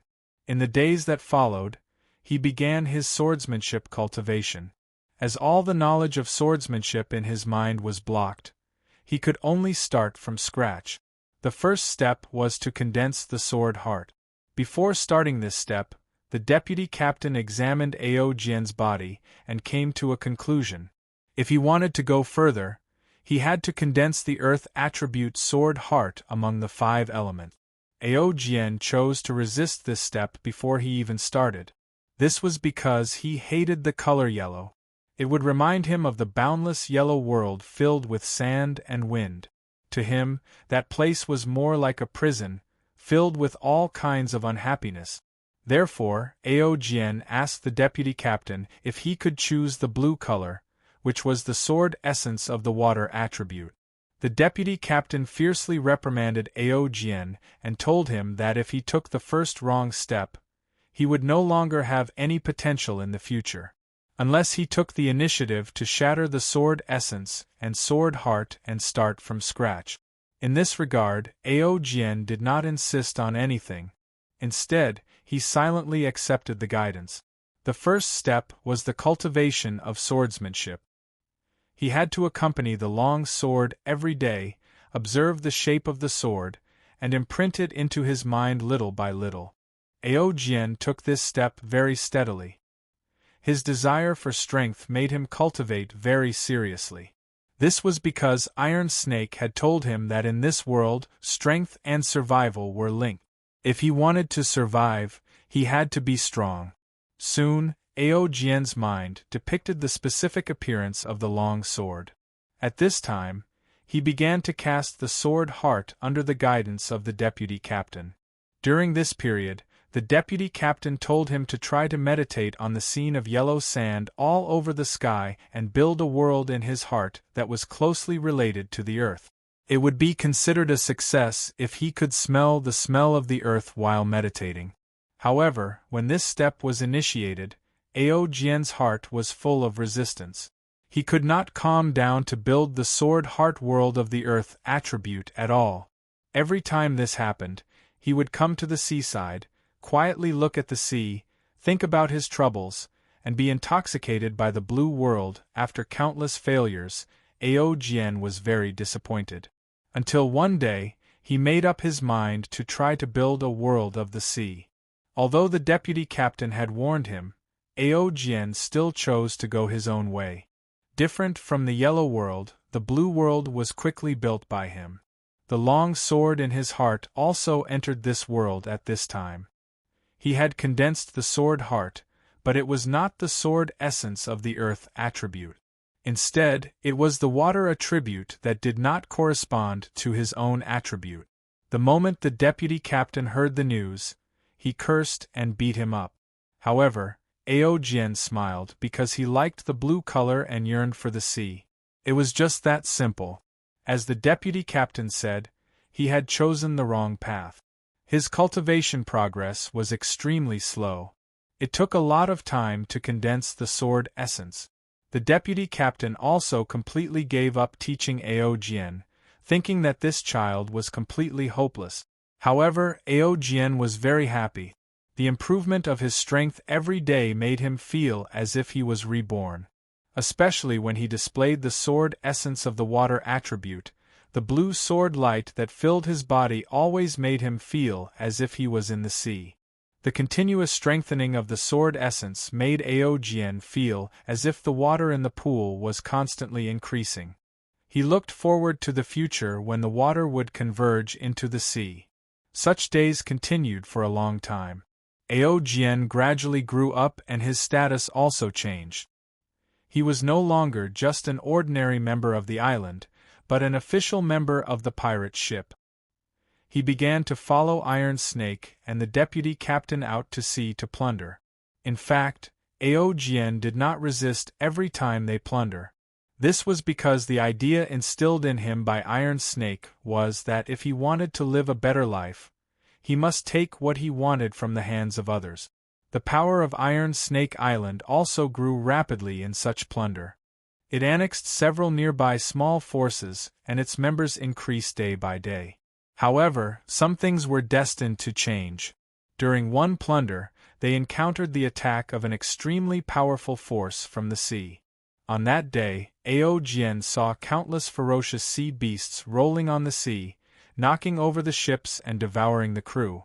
Although he was lucky to escape in the end, Iron Snake was seriously injured in this battle. Since no one on the island had medical skills, they would usually choose to exile this seriously injured member in such a situation. They would throw him on the raft and let him drift away, quietly waiting for death to come. However, this time, the most important leader of Iron Snake Island was injured. Everyone panicked, including Aojian. They began to try to recover Iron Snake using poor method. Perhaps because of this, Iron Snake, who could have lived for a while, was injured more seriously and reached the end of his life in advance. At this moment, the power of Iron Snake Island was no longer as cohesive as before. Who would be the leader became the biggest problem. The three deputy captains all wanted to be the leader. At the same time, Iron Snake's eldest and second sons also wanted to inherit the position.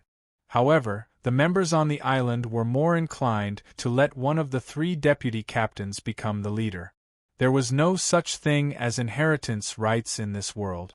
Even if there was, it would be those super forces that cast the dynasty. Here, everything depended on strength. Because of their desires, Iron Snake's eldest and second sons were eventually exiled by the members of the island. However, Aojian stayed because he had no yearning for the leader's position and there was no conflict of interest. However, even so, the internal dispute of Iron Snake Island did not subside. Instead, it was fragmented. The three deputy captains led their respective supporters and divided Iron Snake Island into three forces. They started to fight for the ownership of the island. It was at that moment that Aojian chose to leave. He sat on a raft and drifted in the sea. Because he did not like power and competition at all. What he wanted to do more was to gather the river in the Sword Heart world into the sea. Aojian's enthusiasm for the cultivation of sword intent did not come from his love for the sword, but his desire for blue. It was this desire that made Aojian want to continue to cultivate this sword intent. In the following days, he had no fixed residence. He became one of the many wanderers in this sea area.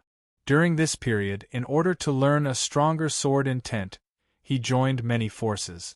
He also learned many sword intents: Water Spirit Sword, Wave Sword, Ripple Sword, Vast Sea Sword. All the sword intents that he learned were related to the sea.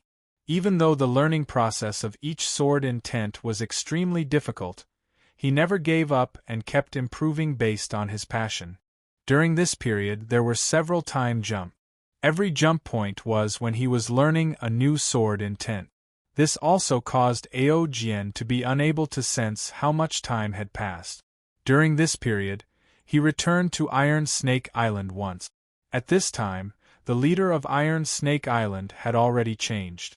It was not the 3 deputy captains that he knew, but an old man with white hair and a doddering appearance. Iron Snake Island was not as strong as it used to be. It seemed to be in the late stage of decay, and was approaching the end of its twilight. Ao Jian had no impression of this person.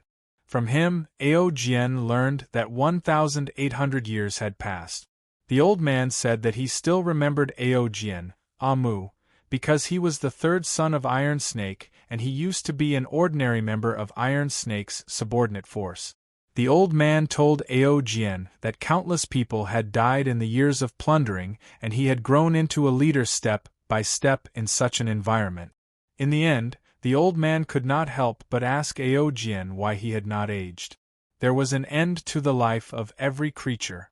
Except for a few creatures with special forms, only by constantly breaking through the realm could they obtain a stronger vitality. Otherwise, they would eventually step into the 6 realms of reincarnation and start over. At that time, Ao Jian's strength was only at the Ghost Supreme Commander. Although he was far from reaching the end of his life, why did he not age at all? Ao Jian could not answer this question. He was also very puzzled about this. Why did he, who was only at the Ghost Supreme Commander realm, not age at all? He could even feel the strong fluctuation of vitality in his body. Not only did it not decrease with age, it was getting stronger and stronger. Unable to answer this question, Ao Jian finally bid farewell to the old man and once again set foot on the road of cultivation. In the days that followed, Ao Jian searched everywhere for sword. Every time he jumped, Ao Jian would find himself starting a new cultivation journey. Time flew by quickly, but it did not leave any trace on Ao Jian's body. The forces in the nearby sea area changed and massacres happened every day, but Ao Jian never cared about it. Under Ao Jian's cultivation, the blue world in the heart of the sword converged into a river and gradually formed a lake. When he reached the Ghost King realm, he did not know how much time had passed. This was because his cultivation was far slower than others. He only relied on his passion to support others' seemingly boring or even strenuous cultivation of sword will. At this time, Ao Jian had even forgotten whether he was Ao Jian or Amu in the passage of time.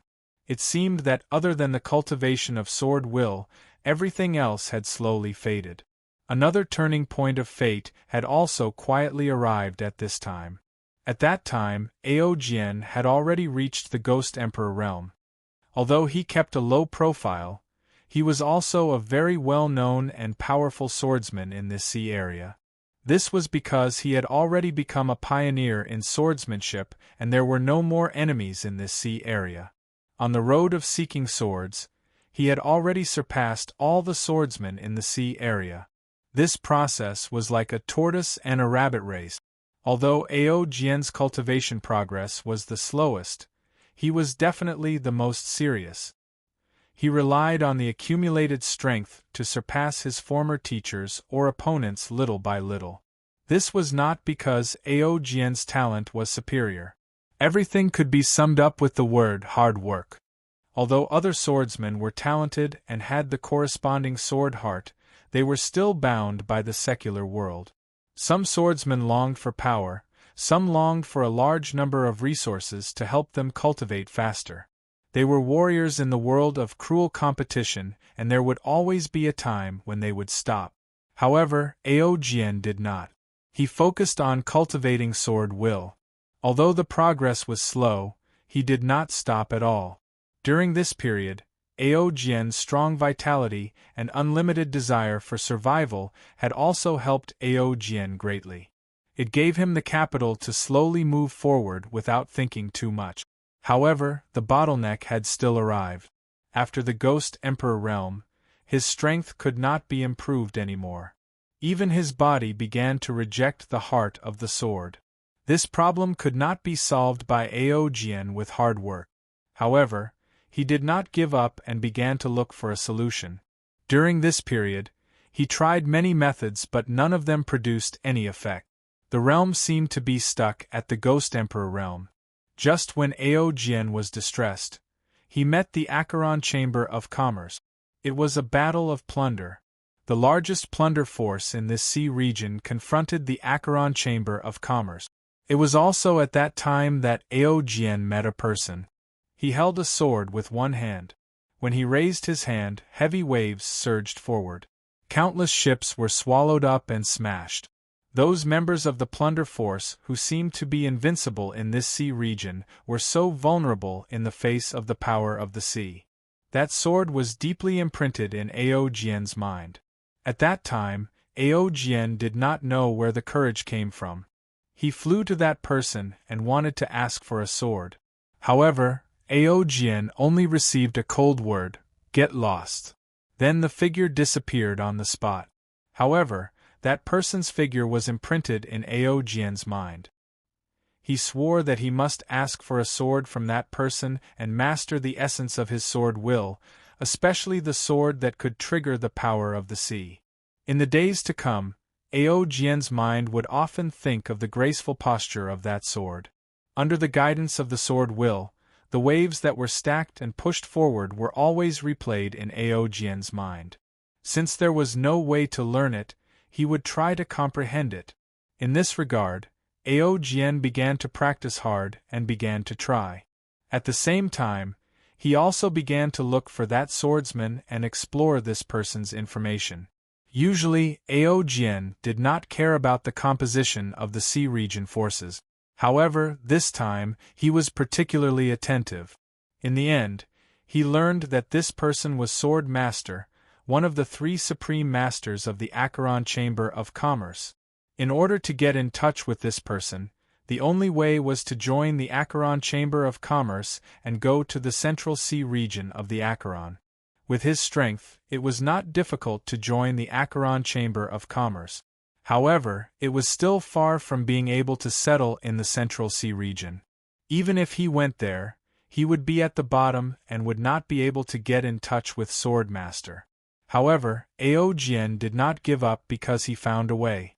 That was to become a war chamber of commerce. As long as he had enough strength, he would definitely be able to settle in the Central Sea region in the future and become one of the important forces under the headquarters of the Acheron Chamber of Commerce. With this idea, Aojian returned to Iron Snake Island. This was the place where he first started to practice. The leader had already changed several times. When he saw that old man again, all that was left of him was his cenotaph. At this time, Iron Snake Island was no longer the all-powerful force in the vicinity. Instead, it was reduced to the lowest level force with a scale of less than 100 people. Aojian came here and met the new leader. He explained his intention to create a powerful fleet. Facing Aojian, who was in the Ghost Emperor realm, the leader did not hesitate and chose to give his position to Aojian. Thus, the Iron Snake Fleet was established and began the path of killing. Along the way, blood and death accompanied each other. Aojian was seriously injured several times and almost died a few times. However, he still managed to hold on. His body had an endless desire to live, which could always pull him back from the edge of death. His sword intent was also constantly solidified in the killing. His growth and the growth of his forces were like a hurricane in this sea region, sweeping across and constantly plundering and strengthening. However, Aojian also had his own principles in plundering. That was to never touch the forces under the protection of the Acheron Chamber of Commerce, because that would be his next step. Finally, one day, when he felt that it was possible, he found the Acheron Chamber of Commerce branch in that sea region and expressed his intention to join it. His request was answered. The Acheron Chamber of Commerce quickly sent people to investigate and test his forces. Aojian, who came prepared, finally obtained the title of War Chamber of Commerce. In the days to come, all his efforts were to improve his position in the Acheron Chamber of Commerce and obtain the opportunity to enter the Central Sea region of the Acheron. Time slipped away. Time flew by. Amu's name resounded in the nearby sea region, and he became a powerhouse that no one dared to provoke. His Iron Snake fleet grew into the strongest chamber of commerce among the top 10 war chambers of commerce. During this period, Aojian had put in a lot of effort. However, the last step seemed to be close at hand, but it was out of reach. The Central Sea region was the habitat of the powerhouses. Even if he became the #1 war chamber of commerce in the branch, his strength was still far away from that step. His cultivation was getting slower day by day, and he had been stuck in the Ghost Emperor realm for a long time. The subordinates around him had also been replaced several times. They were their descendants or even the descendants of their descendants. Time had faded his memory, but the descendants still followed him from generation to generation.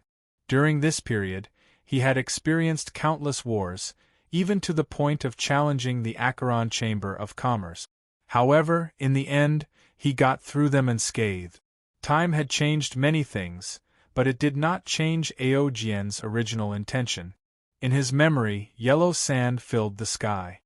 He saw a touch of blue in the old man's eyes. Turbulent waves surged in his eyes, longing to touch it. His trembling hand grasped the air at the last moment of his life, but what he got was still a handful of yellow sand. Aojian inherited this obsession. He wanted to cast the sea of sword will in his heart. Even if the road ahead was full of difficulties, he would never give up. The only thing that kept him going was his passion, so he would not feel tired or mentally tired. As time passed, the war would never stop. Another huge challenge was coming. It was a super force that spanned across many seas. This force aimed at the Acheron Chamber of Commerce. There were many powerhouses in the divine realm under their command. They launched attacks with several branches of the Acheron Sea region at the same time and formed a crushing advantage. In front of this force, Aojian felt how small he was. It was the first time he fought against an opponent in the demigod realm. In this battle, Aojian was seriously injured and his subordinates suffered heavy losses. It was also that battle that made Aojian have a breakthrough. At the juncture of life and death, he thought of the Sword Master. The desire to live unlocked all of Aojian's potential. At that moment, he had an epiphany. With a wave of his hand, he mobilized the power of the sea and slashed out the sword that he had practiced countless times in his mind. The sea roared and collapsed, overlapping and moving forward. The infinite sword will locked on the powerhouse in the demigod realm. That touch of blue was amazing. When the blue light faded, the seemingly invincible opponent had fallen. It was also that sword that made Aojian break through the demigod realm and gain the opportunity to go to the Central Sea region of the Acheron. This sword was called the Wave-Stacking Sword Will by Aojian. It was also a key turning point in his life. In the end, the force that faced the Acheron Chamber of Commerce was wiped out after the Acheron headquarters in the Central Sea region intervened. At that time, Aojian also moved into the Central Sea region in the name of the War Chamber of Commerce. In the end, he met the Sword Master as he wished and became his sword disciple. In the days that followed, under the guidance of the Sword Master, Aojian practiced hard. The bottleneck he once faced faded away, and he even became one of the 8 sword envoys under the command of the Sword Master. However, the Sword Master told Aojian that his potential was limited after all. He had forged a sword heart that was incompatible with himself. The divine realm was the end and it was impossible to move forward. At that time, the Sword Master persuaded Aojian to reforge his sword heart. It was not too late to change before he condensed the sword principle divine seal. However, Aojian did not give up. He knew that he relied on his passion to get to where he was now. If he had chosen the earth attribute sword heart, he would not be where he was now. Although the process was long and the progress was slow, Ao Jian clearly understood what he relied on to get to where he was now. If he started over again, perhaps the progress of his cultivation would be faster, because he had a very rich knowledge of sword principle. However, without that passion, he also lost the ambition to forge the sword heart world into the sea. As time went by, in the Central Sea region where danger lurked everywhere, battles between peak experts often happened. Even the Acheron Chamber of Commerce had to be cautious here. Ao Jian also grew rapidly under such an environment and the supply of resources from the Acheron Chamber of Commerce. Until one day bad news came. The Sword Master was killed by an ancient god from the opposing forces at the edge of the sixth Tao of reincarnation due to the fight for resources. The entire Acheron Chamber of Commerce was shocked. It was also at this time that Ao Jian and the other 7 famous swordsmen received an order. One of them must take over the position of the Sword Master. At that time, no one was optimistic about Ao Jian because he was the weakest among the 8 famous swordsmen. Regardless of talent or cultivation progress, he could not be compared to the other 7. Just when Ao Jian was still shocked by the news of the Sword Master's death, he suddenly felt the world shake and then found himself in the sword principle field. Not far away, Sui Yi was staring at him fiercely with eyes full of killing intent. At this moment, memories came one after another, and the memories in the illusion gradually faded. Although he could still remember some of it, it was as if it was covered with a layer of gauze and became blurred. How long has it been? Ao Jian suddenly turned to look at Sui Yi and asked, "What do you mean, how long has it been? Why don't you challenge me?" Sui Yi said with a look of disdain. Ao Jian. At this moment, Poseidon's sword seal burst forth with a vast power and violently hit Ao Jian. Game notification. Sword will confrontation failed, damage received. 27562641 points, you have died. Game notification. Obtained 2% rule of sword will, this challenge failed. Please keep up the good work and continue the challenge. Sui Yi, who was not far away, saw that Ao Jian was killed by the rule of sword will. He was stunned at first, but then he smiled happily. It was good that he was dead, it was good that he was dead.